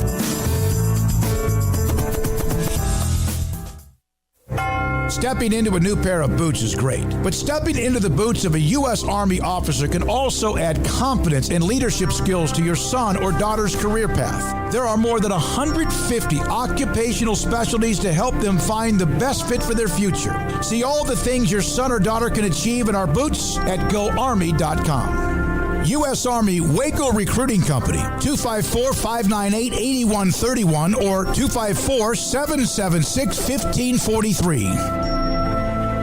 With so many companies and policies out there, it gets so confusing shopping for insurance, and I never know if I'm getting the policy that's right for me. Luckily, I met the team at the Niche Group Insurance Agency. With the Niche Group, you can go to one company and get access to coverage options from many insurance carriers, and you get to speak to a real person about your specific coverage needs. With the Niche Group, I know I'm getting the right coverage at the right price. If you need insurance, talk to the experts at the Niche Group at 1-800-258-8302. Welcome back to Sikkim 365 Radio. 3rd and 7. Blitz coming. Prescott in trouble. Lofting it to the corner. Lamb gets there. Touchdown. It's time for our weekly segment with David Hellman of DallasCowboys.com. Now here's David Smoak, Paul Catalina, and Craig Smoak. Well, the NFL owners' meetings in Florida. Of course, pro days are in full throttle as well. Baylor's is this week, in fact, coming up in a couple of different days. David Hellman, DallasCowboys.com in Florida, with those NFL owners' meetings, joins us, Sikkim 365 Radio. So is today the first time that you've had a chance or others have had a chance to hear from Jerry in quite some time, and anything that he said that caught your attention? Yeah, it was. It was the first time Jerry's spoken to the media since the Senior Bowl. So I feel like I've kind of been chasing him all over the country this year. I mean, nothing that's going to shatter the earth, but it was Jerry's first chance to talk about the departures of Amari Cooper and Randy Gregory. That was probably the biggest aspect of it. You know, you could call it spin if you want to, but the Cowboys are selling the idea that they're better off using that cap money elsewhere. Jerry, not the first or the last person to point out that the Cowboys have used that money that they didn't spend on Amari Cooper and Randy Gregory to sign 5 or 6 other guys. I think it's fair to wonder if that's better. You know, it's the classic quality versus quantity debate. But the Cowboys have kind of drawn a line in the sand, and for my part, I'm just interested to see who looks right at the end of this. And I guess, we'll obviously have to wait until the game starts to know the answer to that, but should be interesting to watch. David, do you expect to see them make a minor move on the offensive line here anytime soon? That's one of the areas that, if you look at who are the starters going to be, there's probably more questions. The game pre-draft, if the season started right now, offensive line's got a couple spots you were, questioning. Yes, I do expect that. People keep asking me that, and I think you have to qualify it. I do expect them to make moves because that's what they do. I mean, you need to cover yourself for the draft so that you're not stuck forcing it at any spot. I'm not convinced they have a starting left guard. And if they want to try to sell you on Connor McGovern, all you have to do is point out the fact that they benched him last year. And then their primary candidate to play swing tackle right now has never played an NFL snap, Josh Ball, who was injured all last season. So, yeah, I think they need two starter caliber offensive linemen before they get into the draft. Like I said, is it going to be somebody that blows your socks off? Absolutely not. It's going to be a veteran minimum type of guy who can come in and kind of cover over the hole in the roster. But I do think they need to do that before the draft, and I expect that'll happen here sometime in the next couple weeks. David, any new draft prospects really popped on your radar, guys? You're kind of eyeing now as we get about a month away. That's a good question. I guess it depends on where you're looking. I mean, obviously, the further down the draft board you go, people are talking about a different guy every day. It seems like. I mean, especially with these pro days, obviously, Sam Williams is probably the name that's on everybody's radar right now. The Ole Miss defensive end. Seems like the entire Cowboys staff is really, really invested in him as a potential edge rusher. But that's the funny thing. I mean, as far as the first round goes, if you follow the draft, I think we've kind of picked over everybody that you could possibly think about with that 24th overall pick. So I just think it depends on how far down the draft board you go. But they'll be bringing they get 30 visitors that they're allowed to bring to the facility here in the next week or two, and hopefully we'll have as many of those names as possible here in the next week or so, and we'll start to get a better idea of the type of guys that they're talking to. David, it's obviously an event that a lot of different owners are there. It's the owners' meetings, but also others a part of the NFL are there. What's Mike McCarthy? Where is he? I saw or heard that he was not there. Is that something that's unique or just kind of not there? He's not here. The Cowboys very graciously, they're going to set up a WebEx call for him to talk to us tomorrow, which I think is funny. It's like, well, if you got to take the time out of your day anyway, why not come hang out in Florida for a couple of days? But yeah, Mike's doing the pro day circuit. I do think that's unique. I mean, I think of the 32 coaches in the NFL, I think 29 or 30 of them were here this morning, and Mike McCarthy wasn't one of them. The report that came out was he would prefer to focus on finding draft prospects, and maybe that's just how he would rather spend his time, but I definitely think it's interesting, and there are a lot of people trying to connect dots and say, oh, Mike McCarthy can tell that his seat is hot, so he'd rather focus on finding draftable players than talking to reporters. I don't know if that's why he's not here, but I don't blame him if it is. This team took a huge step forward with the draft last year. Finding Micah Parsons was a big part of the reason why they were as successful as they were. So, they might need every hand on deck if they're going to strike gold again this year. So, like I said, if that's why he's not here, I don't blame him, but I don't know for sure. David, do you have a draft prospect that you're in love with yet, or do you try not to do that? Oh, I don't think you can help but kind of develop draft crushes on guys as you watch them. I will say I haven't had as much time as I normally do to sit down and watch tape. So the further down the board you go, the less I know this year. But I mean, geez, I don't think enough people are paying attention to Chris Olave, the Ohio State wide receiver. Everybody kind of fixates on other receivers. Obviously, Traylon Burks out of Arkansas is a guy that gets talked about a lot, and rightfully so. I mean, he's a freak. He's basically a linebacker that plays receiver. But Chris Olave is just as well-rounded a prospect as he's he's ready to come in and do everything in the NFL right now, I think. And he doesn't seem like he grabs a ton of headlines. He's not like a very sexy name, but I won't be surprised if he's the best rookie receiver in the NFL next year. George Pickens out of Georgia is another guy I like a lot. Like a 6'3", 200 and something pound receiver who can run like him. George Karlaftis, the Purdue defensive end, again, like I think he's just a ready-made player. He's not like the biggest athletic freak in this draft, but I think he could come in and contribute in a significant way right away as a rookie, which is a tough thing for a defensive end to do if he's not drafted in the top 5. I'm trying to think of some down the line guys. Like I said, my knowledge gets kind of spotty once you get outside the top 50 or 60 picks. But I mean, the fun thing for the Cowboys is this is not a very top heavy class. Like outside of the first 2 or 3 prospects, like this isn't some crazy year where the talent at the top is so much better than the bottom. So I really think when you pick where the Cowboys pick, I think people start to get stressed out that all the good players are going to be gone.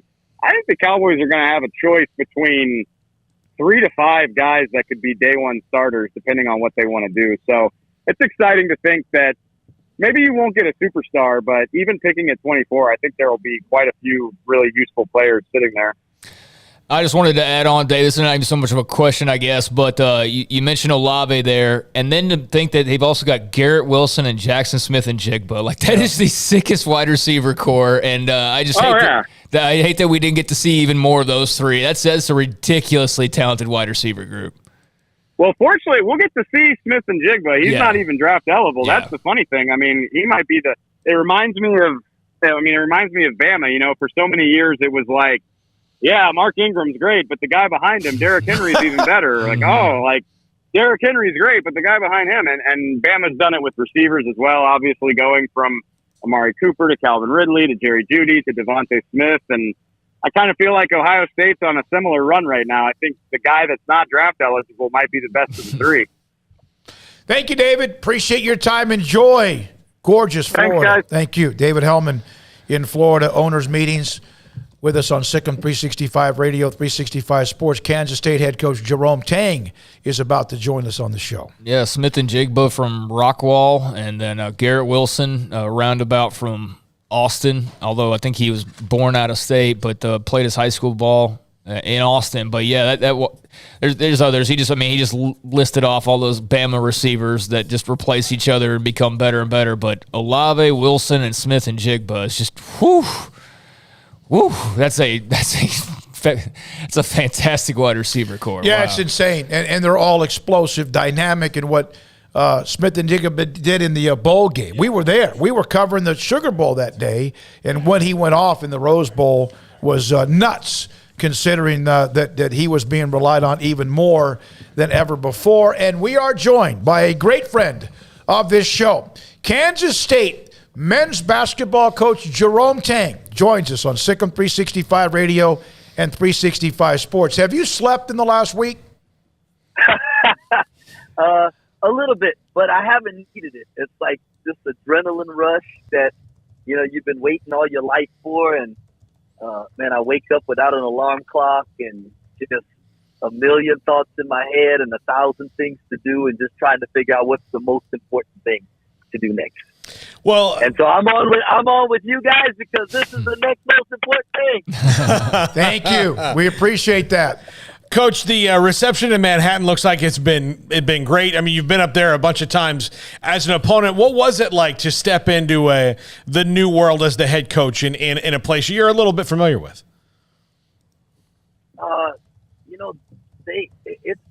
That has been the thing that's taken me back. I knew they were passionate. I knew that they cared about basketball. I knew that, Wildcat Nation, they love their sports. But I did not realize just how attentive they were. I was telling someone, you go in a restaurant and the people see and they start clapping for you. Where does that happen? It's that part has been overwhelming. Coach, you've obviously been around Waco for a long time, and I think in particular the last couple years, people really started to talk about you and that next move to becoming a head coach of your own program. When did you feel the timing? When did you feel like you were ultimately ready for this step up? And, how did you kind of navigate that process depending on, the opportunities that were there or were not there? Well, man, you know how we are. We always think that we're ready way before we ever are. So, 10 years ago, I thought I was ready, and if it was my decision, I would have, taken a job and to be a head coach. But, thank God that he had a better plan for my life, and he protected me from those things, allowed those people to tell me no and keep my ego in check. And because he allowed me to get the no's, I was able to get 2 Big 12 championships and a national championship. And, and now I've got a job that, people have to, they work through the ranks to get to, and I get to start here. So this is awesome.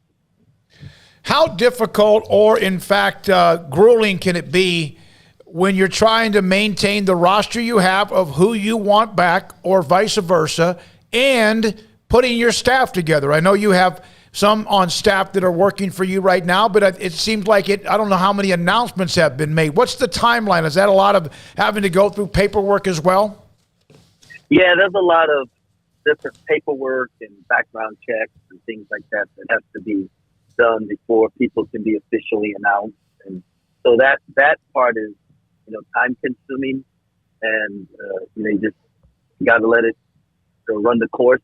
But I've got a great staff, and they're working really hard, and just the right guys. I feel like I've been these are guys that I've known for a while, and they've really we've really looked forward to this to this opportunity, and together. It's not about me; it's about us being together, and the fact that we're together, the chemistry is even better, and we're going to accomplish a lot of really great things.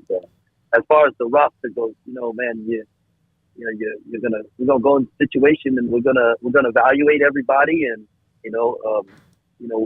like I told the guys in the locker room, man, we're gonna be in the NCAA tournament next year, and I hope all of them are with me. But it's inevitable that some won't be there, and that's just the way life is. Will you think recruit players that otherwise Kansas State was not recruiting recently? Yeah.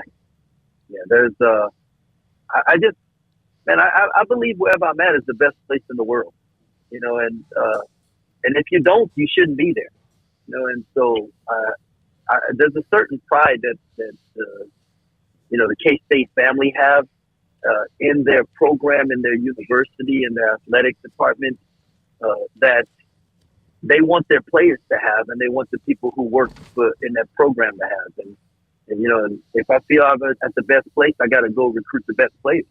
And so we will definitely upgrade the talent. Coach, you could have taken a job outside of this conference, which is a rolling ball of butcher knives, but you stayed in it. Was that one of the things that made Kansas State in particular attractive to you, is to stay in a conference that you've been in, that's super competitive and people really want to play in? Well, I didn't set out to get a Big 12 job. I wanted to be a Power 5 job, because, and the fact that it is a Big 12 job, I mean, that makes it incredible. But, I wouldn't want to play one of my best friends, twice or 3 times a year. And, it'd be cool for us to be able to cheer for each other from a distance. But, I mean, this is, what the Lord blessed me with. And so I'm going to embrace it and run with it and have a great time. What was it like to just sit in your head coach's office for the first time? That was really cool.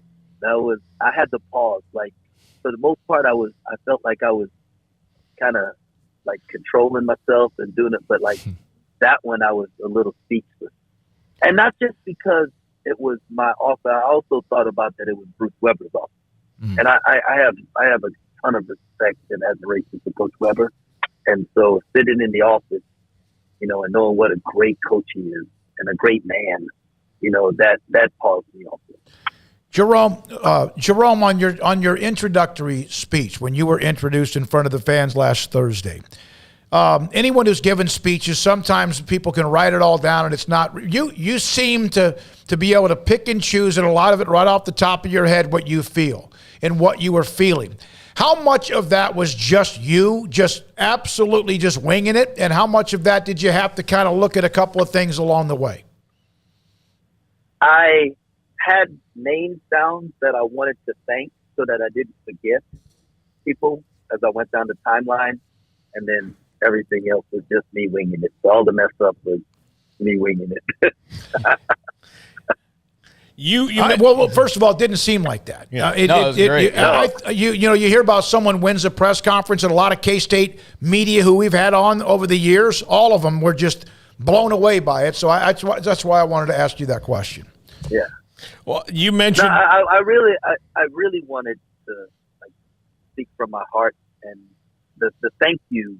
I really want our program to be about people who are very thankful for what they have, and there's no way if that's what I want the program to be about, that I couldn't get up there and not thank the people who had impacted my life, and and then guys on my staff told me there was two things that I could not say. I could not use the word culture, and I couldn't talk about taste. And they said, because every coach does that. So I stayed away from that, and I just really tried to honor the people who allowed me to be where I'm at right now. What are those days where you have to play one of your best friends at least 2 times a year and maybe 3? What are those days going to be like for the two of you? Oh, man. I'm not sure. I'm sure there's the first time, especially, I'm sure there's going to be some emotions. A lot of emotions. Me coming back to Waco, and our fans. And I talked to Miss Karen today about something, and as she started talking, we both started tearing up over the phone. And so, yeah, I'm sure it's going to be really emotional until tip, and then it'll be emotional after. What does a 20-year-old bottle of wine taste like? When you're drinking it with someone who's a brother to you and that you love with all your heart, it's like the nectar of the gods. Mm-hmm. What are the unwritten rules when you take a job and you learned so much, and a lot of people learned a hell of a lot from you as well, of what you take with you when you are at another program and then you go to somebody who's a competitor? What are some things you can or cannot do? Well, I don't think I can't be scot-free, so I have to be myself. But there's some core beliefs that I have to take with me, because they're what's in every company, every team, every franchise that wins championships. Mm-hmm. And so those are going to be the foundations that we build on, and we're going to do it, what matches my personality and how I do things. But man, Scott's a winner. You say what you want to, but all kind of things about him. Make sure you include the word winner in there. And life, winner in coaching. Just name it. He wins, and I'm gonna do my very best to steal that, take that, and implement that. Coach, I know you're off to conducting business in Manhattan, but looking back on your last year here in Waco, obviously injuries were unfortunately a major part of the storyline, but just your thoughts on the team, their perseverance, battling through and, ended up with a great season overall. Obviously not where you guys wanted to end up ultimately, but just, your pride level with this last group that you worked with in Waco.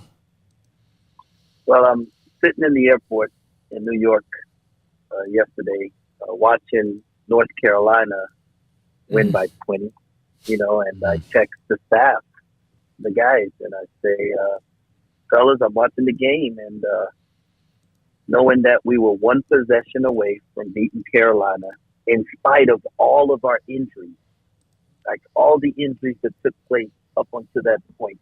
And Matthew Meyer turned his ankle towards the end of the game when we were really rolling. All of that, and two teams that have already made the Final Four, Villanova and Kansas, we beat. Mm-hmm. And so, it was an incredible year with everything that went on. And but for injuries, there was no team in America that was better than us. And what the injuries allowed us to see was the real character, toughness, grit, and heart of the guys on our team, and what they're what they're all about. And so I'm just so proud of them. They're the Big 12 champions, and they overcame more adversity than any team in the country. Coach, a lot of times you watch a game in sports and you hear the coach and the players say, "We left it all out there afterward," and that's the cliche. But I think if you look back at that game and you watch Adam Flagler and James Akinjo absolutely spend every ounce of energy they had in their body, never has that cliche been truer than it was in that North Carolina game. I agree with you 100% on that. And like everyone, the guys on the bench cheering, everyone was just giving everything they had to each other, and it was beautiful. But see, I've never watched the last game of a season that we didn't end with a win.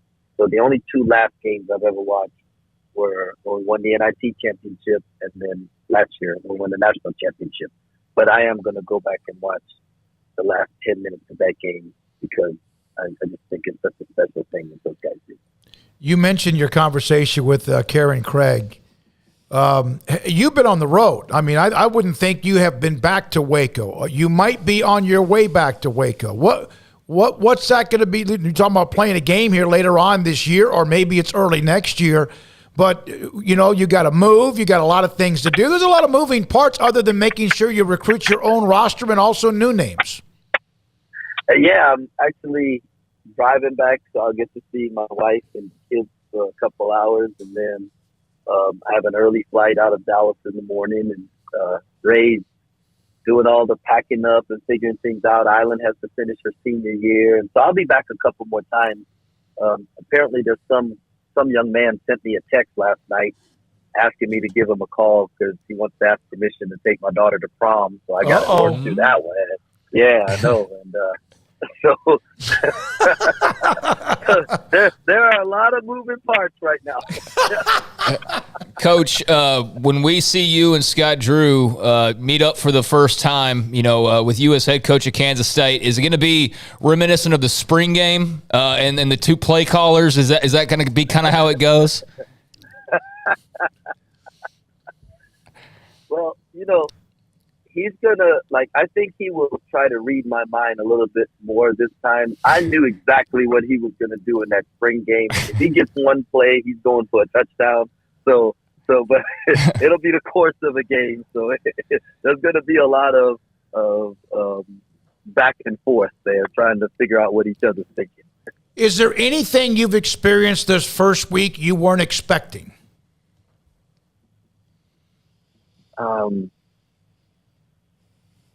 I did not expect this overwhelming, how everyone is excited about this transition.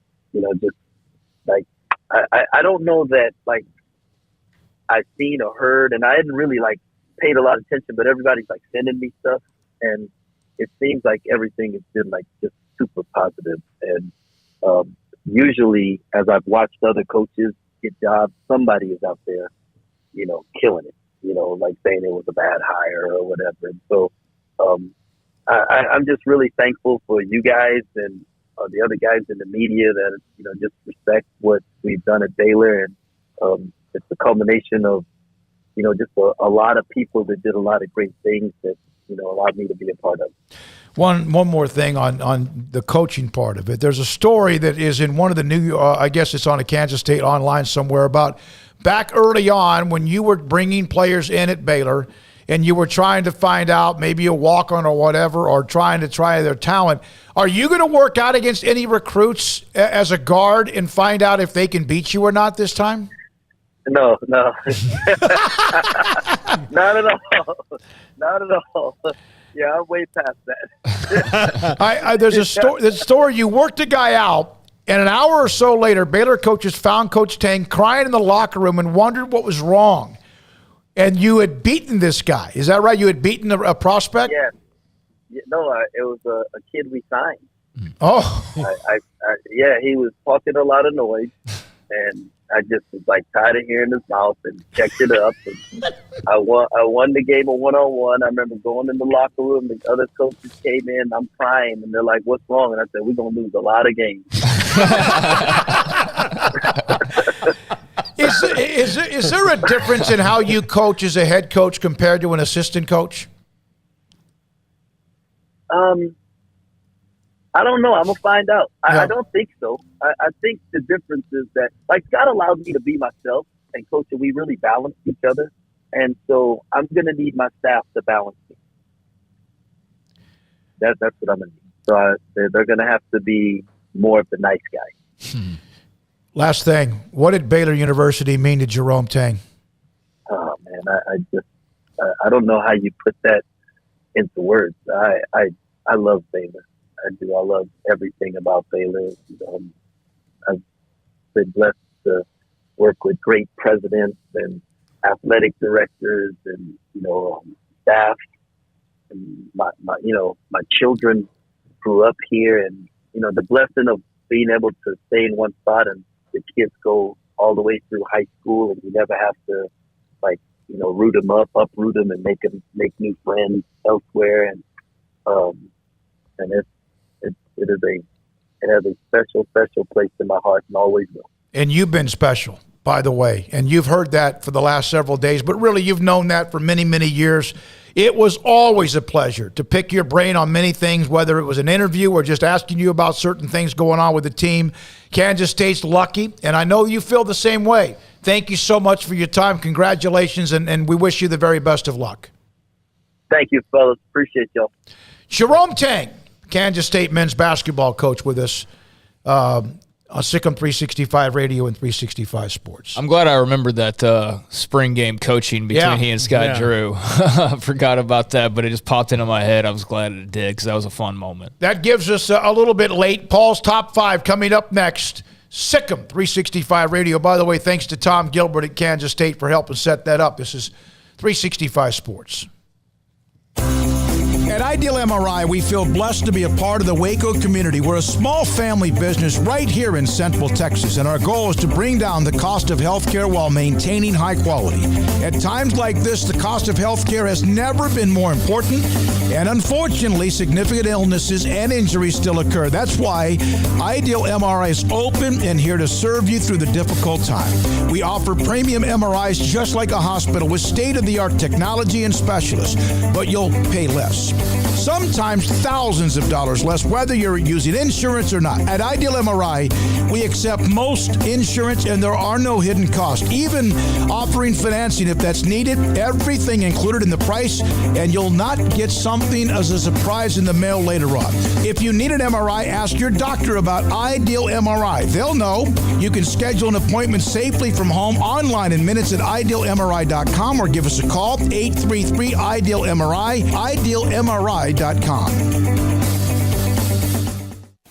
Born in Waco, Brotherwell Brewing exists to serve the Central Texas community with locally crafted beer of the highest quality. They want to bring Central Texas closer to the brewing experience so everyone can enjoy well-made beer as much as they do. For 2.5 years, they've been bringing high-quality beer to Central Texas at their location on Bridge Street in East Waco. Brotherwell Brewing believes in community and bringing people together to enjoy products made in their community. So for your game day, whether it's a tailgate or at home, stop by Brotherwell Brewing for high-quality craft beer made right here in Central Texas, 400 East Bridge Street, and check them out online at brotherwell.com.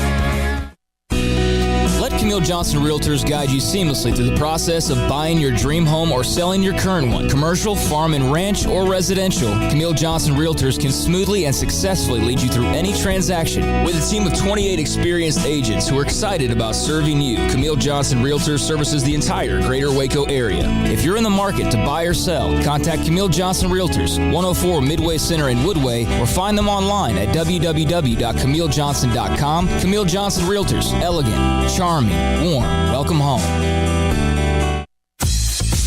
Baylor Scott and White Southwest Sports Medicine and Orthopedics, the team physicians for Baylor Athletics, diagnosing and treating all sports-related injuries, including concussions. These specialists also provide orthopedic services for athletes and non-athletes alike, whether it's knee or shoulder pain, hand or wrist injury, orthopedic spine care, and even an arthritis and total joint clinic. Trust the doctors Baylor Athletics trusts. Baylor Scott and White Southwest Sports Medicine and Orthopedics wants to get you back in the game.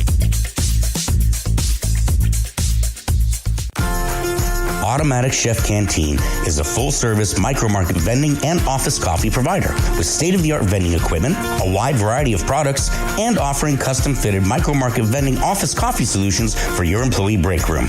You want a full break room solution and a workplace oasis? Well, Automatic Chef Canteen, locally owned and operated for over 50 years in Central Texas, also includes in-house mechanics on call 24/7 for fast, reliable service and maintenance. Automatic Chef Canteen, 6900 Imperial Drive in Waco, or online at automaticchefcanteen.com. From the first workout to the last practice, sports is an incredible and rewarding challenge. Hi, everyone. This is Dan Ingham with the First National Bank of Central Texas, and we're proud to support each athlete, every parent, and our educators. From families, small businesses, to the biggest industry, we're here to help. With remarkable products like mortgage lending, we've got banking ideas that fuel big dreams. The First National Bank of Central Texas. Familiar faces making local decisions. Member FDIC, Equal Housing Lender. Welcome back to Sikkim 365 Radio. This is Paul Catalina's Top 5 at 5:55, presented by Champion Salon and Barber. To book your appointment, go to championsalonandbarber.com. Oh, look, as you see, something's happening on the street outside. So, wow. Breaking news. After a couple weeks break, yeah, good to see some people out there. It's good. Look, people work hard. They need breaks. Hey, they can't do that and also be over at Bagby and also be. Yeah, bring them all to one spot, finish it, and move on. Yeah. That's. I can't wait for them to stop tomorrow to go work on another project across town for 2 weeks, and then but at least there's some activity. Yeah. All right, top 5 questions for UNC here in the Final Four. We'll do UNC today, Duke tomorrow, Villanova on Wednesday, Kansas on Thursday, and then Is that your picks 1 through 4? No. I'm just Jack told me which ones we were going to do in which order.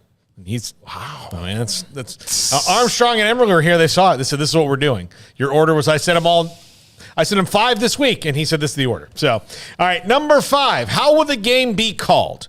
So everybody talks about how Duke gets all the calls. Well, we saw with Baylor how UNC came the closest to losing, blowing that game was the game got called really tight in the second half.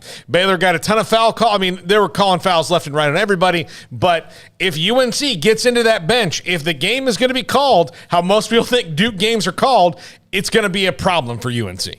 Because they only play those 5 guys, really.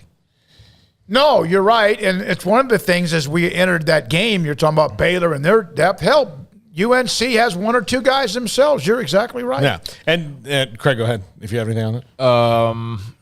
I kind of had a thought. Now it's leaving me, but I mean, I definitely think people are going to be on the lookout for anything that goes Duke's way and be ready to cry foul as soon as it does. You know, I think there's a little conspiracy theory going on, like, oh, we just so happen to, and everybody's a conspiracy theorist nowadays. Like nothing's real and everything's this, grand plan or some weird whatever. But yeah, I mean, there's definitely a lot of people that feel like Duke's the team of destiny, whether they really are or whether the officials will make that happen. So, yeah, I think there will be a lot of eyes on the refs. Yeah. Number 4, they continue this role without using the bench? I mean, will someone, if the game is called that way, can they, not use their bench and hope for what happened against Baylor was, I think if Armando Bacot had gotten his 5th foul called in regulation, Baylor wins in regulation, it doesn't go to overtime. But Armando Bacot was able to stay in the game and be effective, even though his missed free throws let Baylor get back in the game. Him being there in general was huge for North Carolina to be able to win that game, because if they don't have Manick and Bacot, Baylor can get back. Well, I mean, Bacot yesterday against St. Peter's was, literally like watching men among boys, and against Baylor, he hit. He'd miss a free throw, make the second one on the 2. But if it was 1-on-1, he'd miss him, right? He's a really good player. I always thought he might be a little soft, but I don't think so. I think he's a pretty tough dude. I think it was probably an early season unfair criticism of him. Number 3, can Brady Manick stay as hot as he's been? Because if you look around the tournament, I don't know if there's a player that you can defend when they are going like Brady Manick, because he's tall, he can hit threes like crazy, he can play in the low post, he can do pretty much everything. Nobody really has a defensive answer for him. No. You kind of have to hope that he's cold in the game, because he has been, especially since that Duke game, pretty red smoking hot. Yeah, I hope he's cold or hope he gets ejected. That's basically the two options there, and probably a better chance that he's ejected than him cooling off. But no, he's been sensational, and definitely gave it to Baylor in a major way before that ejection. But what a pickup from Oklahoma. I bet they certainly wish they would have had him this year, but he's been great for the Heels. Yeah. 2, who from the bench can step up if need be? So if Duke gets the game called the way that Duke probably wants it called, who is it going to be on the North Carolina bench that steps up? Armstrong can probably answer that question more than anyone, but again, that's a question that Hubert Davis doesn't really want to have to answer, is who's going to be the 6th or 7th guy if they get into that situation against Duke in the ultimate version of this rivalry game. Yeah, I mean, like you said, they don't have depth, so the options are few and far between, and you just got to hope that you stay out of foul trouble and don't let it get to that point, because in a war of attrition, I'm taking Duke all day long. I mean, if they get into where they're battling benches, then that's going to be Blue Devils running away with it, in my opinion. But yeah, I mean, you're just going to have to hope you get the most from your starting lineup and what little depth that you do have, but just part of the deal. And even more credit to UNC for not having a large roster and being able to kind of navigate all of this and find their way here. That's why, some teams can use it as excuses, injuries when their season doesn't go the way that they want.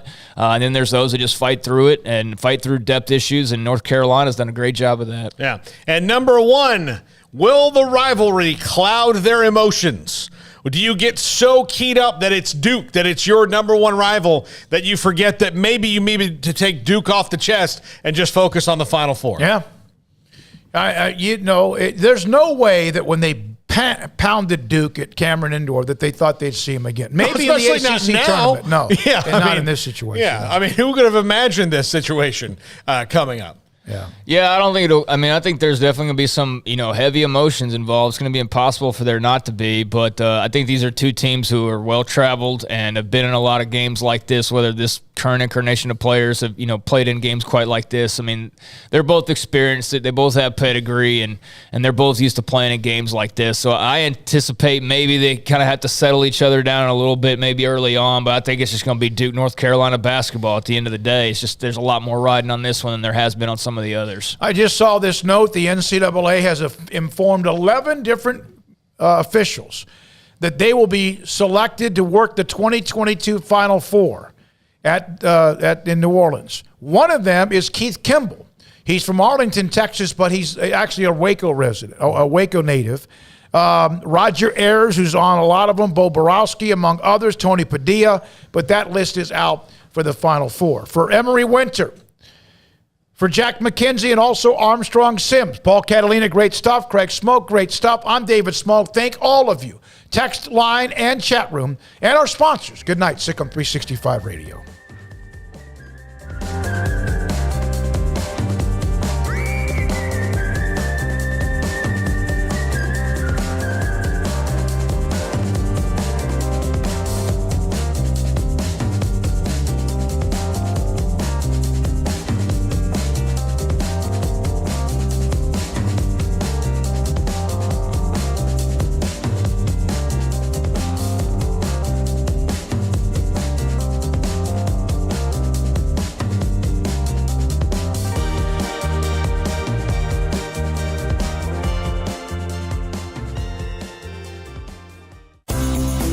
Ideal MRI is a small family business right here in Central Texas.